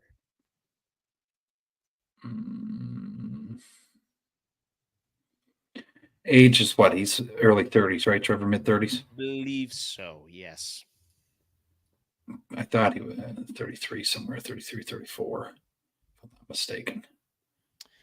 He is, let me find it, 31.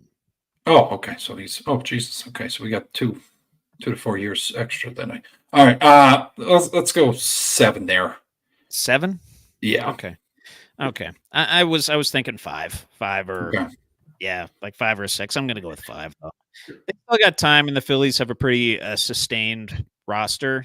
They've done pretty well over these last several seasons. Obviously, losing the World Series last year.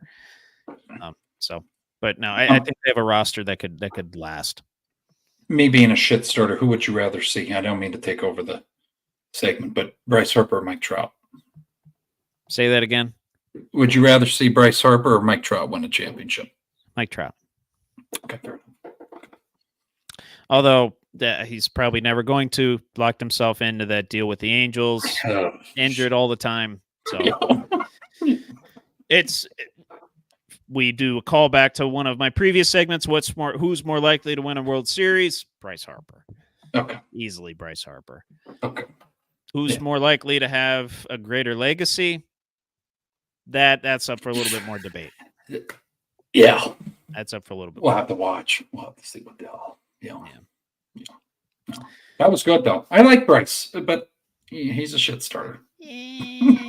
My opinion has evolved on him much in the way of CM Punk's latest WWE run. Did not like it at first. Thought he was going to start some shit like he did in AEW.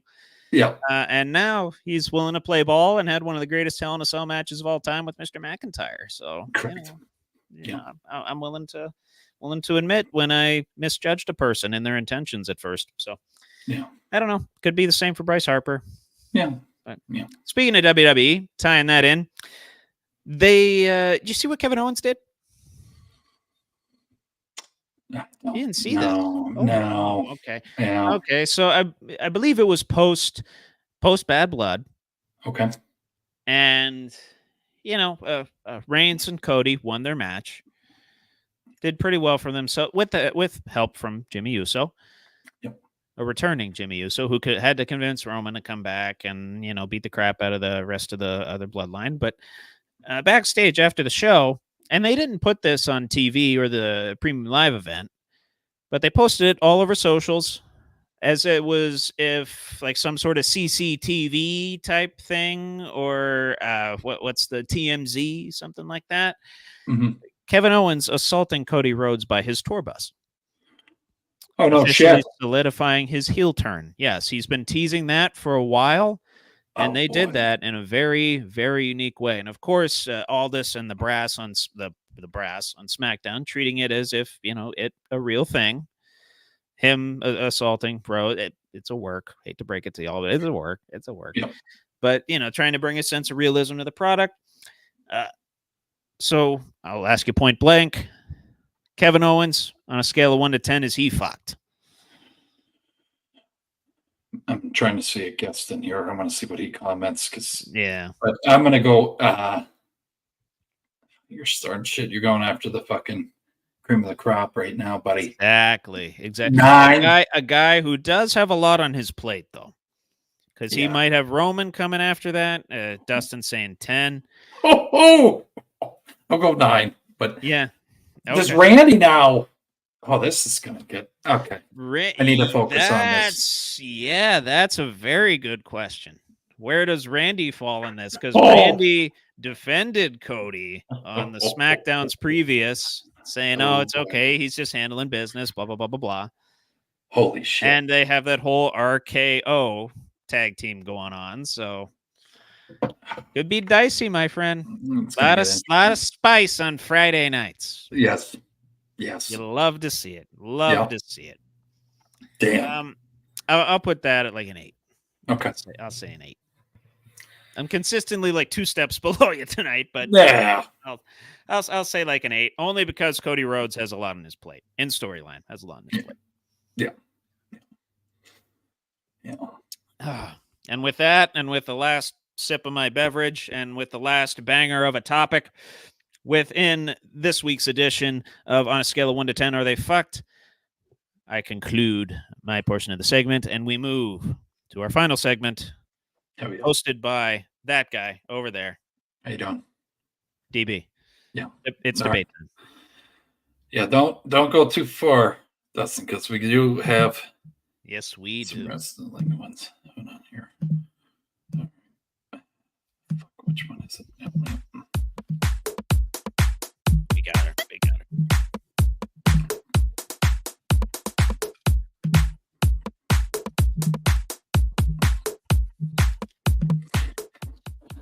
Yeah, another segment of debate time here.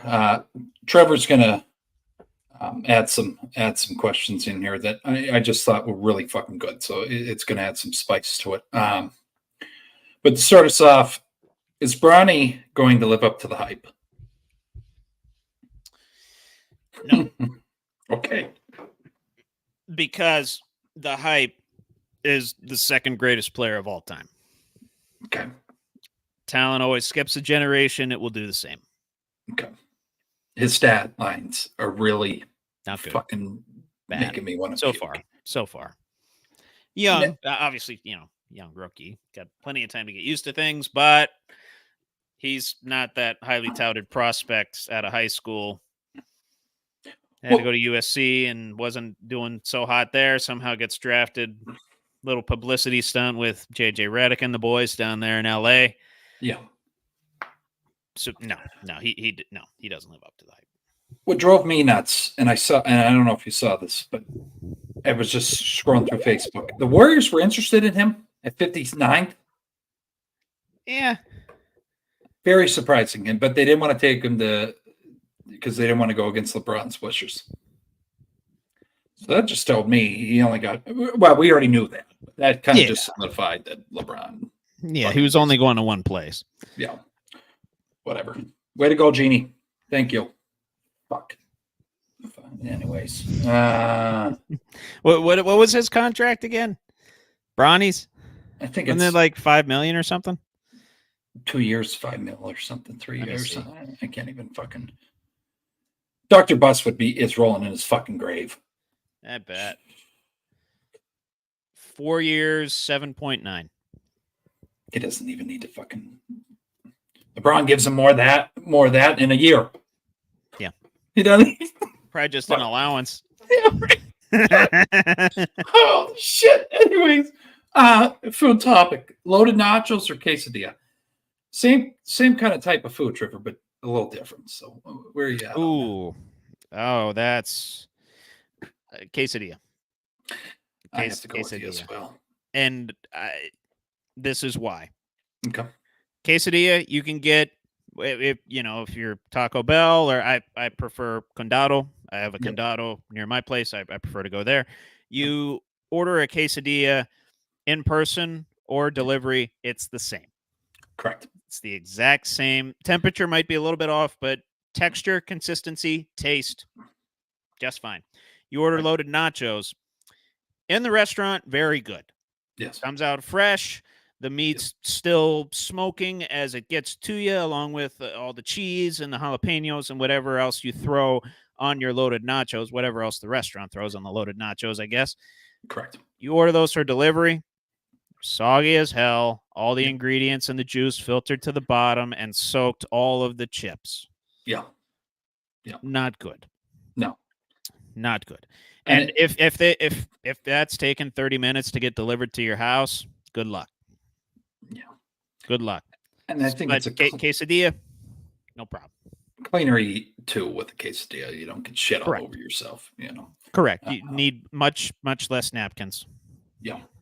Much less napkins and the more consistency with the grease too. Yeah. Yeah. Grease.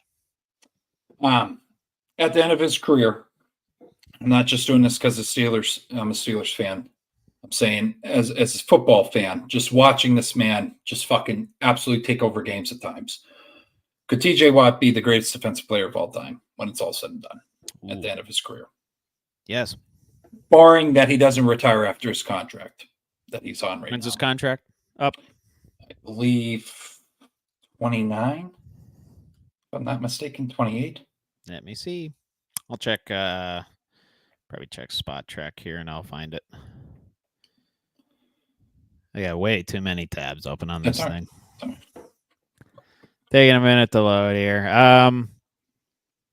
He's 30 years old now. His contract is up after next season. So we could re-sign him this offseason. That would be, I think that's a no-brainer if you ask me. UFA in 2026. They probably sign him to another deal after that. Already the second fastest player to 100 sacks, and just the stark difference in the Steelers' performance with him on the field versus off the field. We have one win when he doesn't play. One in 12 or 13 games. Yeah. Ironically, that was against Tom Brady.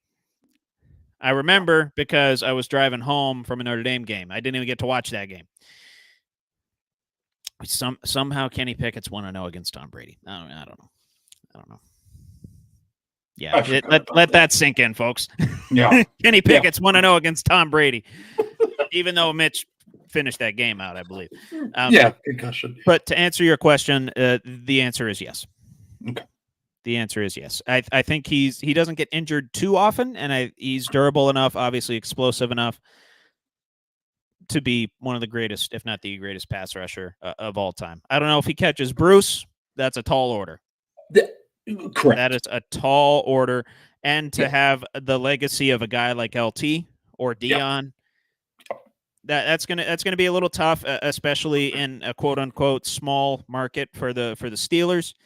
Yeah. A lot of those guys, Reggie White in a Philly market and LT in New York, big market, media plays them up big. Yeah. So that's my only concern. The play on the field, not a concern at all. Okay. In terms of his legacy. Greatest Steeler, defensive player. Just to piggyback that. Ooh, I know some people that are saying he could already be the greatest defensive player in Steelers history. That's what but I think he could get there. He could get there. Yeah. I don't know if he's at Joe's level yet. That's what I am very careful on. Yeah. I think every Steeler fan needs to just he's there. He might be level with Troy right now. Oh, I'm okay with that. Yeah. I think he's level with Troy. Yeah. I don't know how you compare him to Rod. You can more easily compare Rod and Troy. Edge rush. It's hard to compare edge rushers to secondary guys. Yeah. But yeah, he might be up there with Rod and Troy right now. I think that's where he is. And he could easily get to that. He could easily get to Joe. If he gets a Super Bowl, Trevor, then we're talking about some shit here. Yeah. But But swinging over to your good conversation, swinging over to you got some wrestling ones there. Oh, yeah. Yes. So, yeah, I forget when it was, but a little while ago we were talking about various WWE topics, going through some WWE trivia, and of course the topic of theme songs gets brought up. And I could have just thrown out there, best WWE theme song. But no, I wanted to have a serious conversation about an absolute legend and a legend killer in the same vein. Better Randy Orton theme song.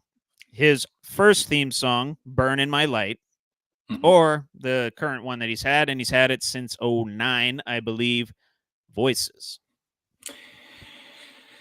I love both of them dearly, but I have my pick. I like the light one, but I think the crowd gets more, maybe this is selfish, Trevor, but I think the crowd gets more, and myself gets more into it with Voices. Sure. That's just where I'm at. Same here. In terms of an entrance package and a whole ensemble with an entrance, Burn in My Light with, the sparks flying down and the wall of pyro that falls down. His entrance, I think it was in SmackDown versus Raw 2008. I always play it as Orton because of that entrance. Because I got to hear dun dun dun dun dun, and then the fireworks coming down as he's doing this. Yeah. Which that probably looked horrible comparison to Randy Orton doing it, but I'm not Randy Orton. Yeah. I'm not a 295-pound gentleman that can RKO people out of nowhere. So he's been eating, brother. He's big. He's big. You look at him now versus him in like 2009. He's big. Big motherfucker. Big boy. Big boy. That time off, he was just fucking reps, pumping it. Yep. Pumping it. But yeah, we're both on the same page here with Voices. Yeah. Yeah, no, I agree. And I don't know if I don't want to steal your thunder, but I think we did already do it before with entrances. Yes. This was last night, I believe. Big conversation in the party chat, or maybe it was Sunday night. Okay. Entrance music. Who are you taking all time? Oh, all time. Okay. So we are doing that then. Okay. Yes. Ooh. We'll throw it in there. No, make it spicy. Yeah, I am partial to Shawn Michaels.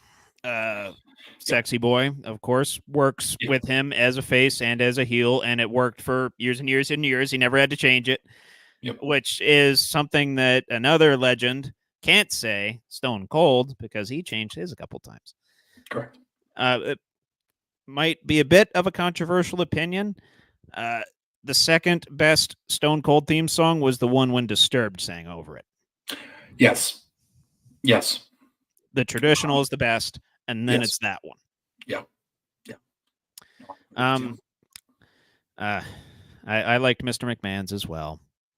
The No Chance, DX. Shane O'Mac was pretty good too. Shane O'Mac is excellent.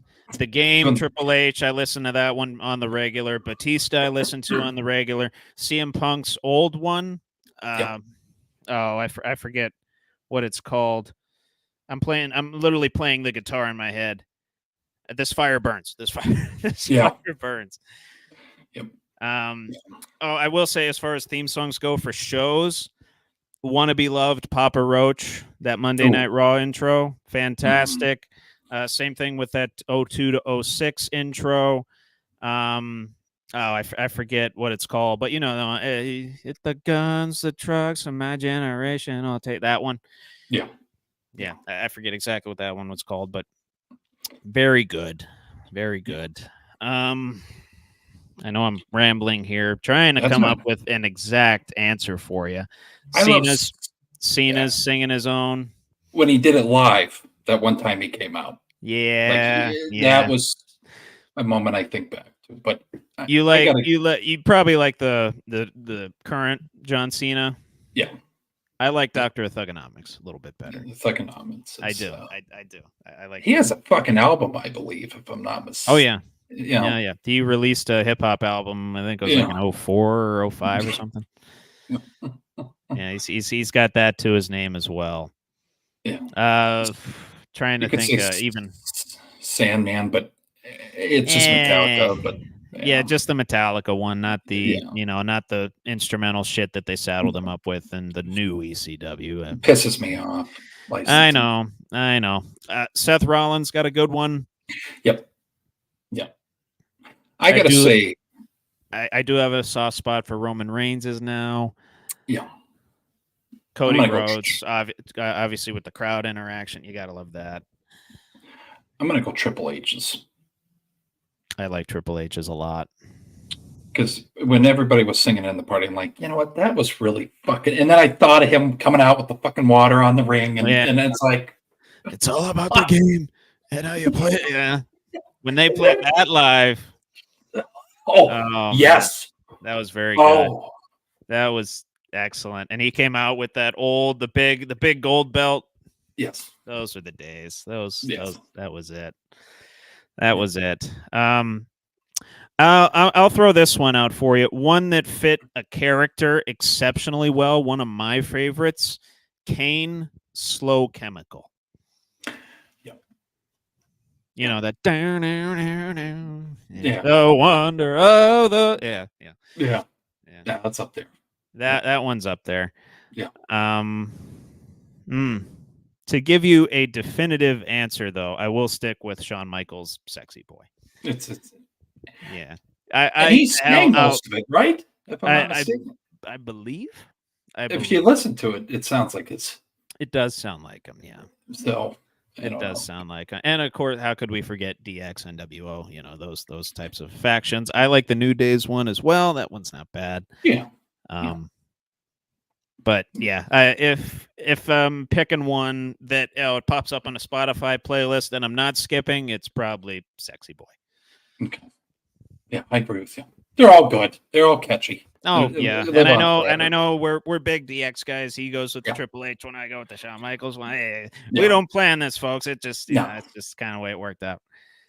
If someone told me what song do you remember from your childhood watching, it's that and Rey Mysterio's, but that one, Monday Night Raw, fucking Triple H coming out, just ready to take on Tuesday in school, like getting a detention with the DX shirt.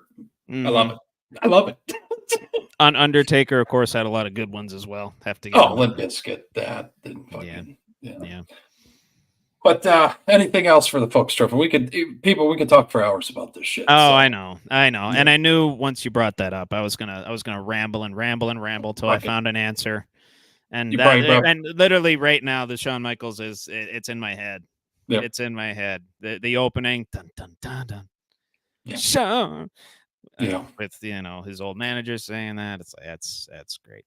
That's great. And I tell you, Kurt Angle did not pull off a better comic segment than when he impersonated that. Did his own little thing with that theme song. I'm just a sexy Kurt. Yeah. Yeah. I make your ankle hurt. That was Fuck. fantastic. I love it. Now I think we both brought maybe some ex-wrestler watchers out there, or maybe current wrestling watchers, some memories back there. So that was good shit. But anything else for the folks, Trevor? Go Lurs, go Irish. We are. Let's kick some ass this weekend, and let's come back next week. Hopefully have a shit ton more to talk about as it pertains to the Jets, Aaron Rodgers, Robert Saleh, the Steelers, Notre Dame, Penn State, some wrestling, some baseball, all the rest. It's going to be a good week, Billy. Going to be a good week. Yep. Also, I just want to say the Steelers do play the Raiders on Sunday, 4 o'clock. Raiders. Just want to say, God rest his soul, Franco did catch the ball, and I'm just very excited for them to pull those highlights up again for you Raiders fans out there. But anyways, smeared in your face, Billy. Yes. It hit the ball. It was illegal. Shut the fuck up. Just accept greatness. Okay. Anyways, have a good day. Have a good night. God bless. Stay safe out there. This was another episode of Buckle Up with the Boys with your host here, DB, and host Trevor Dinsmore. We'll be back next Tuesday, 8 o'clock. Tell your grandma, your weird neighbor, your sports fanatic family member, whoever the hell enjoys sports, send them our way. We'll take care of them. But this was another episode. Buckle Up with the Boys. Oh, guys. No motherfucking breaks, Trevor. Let me get yes, sir. Take care. Hell yeah.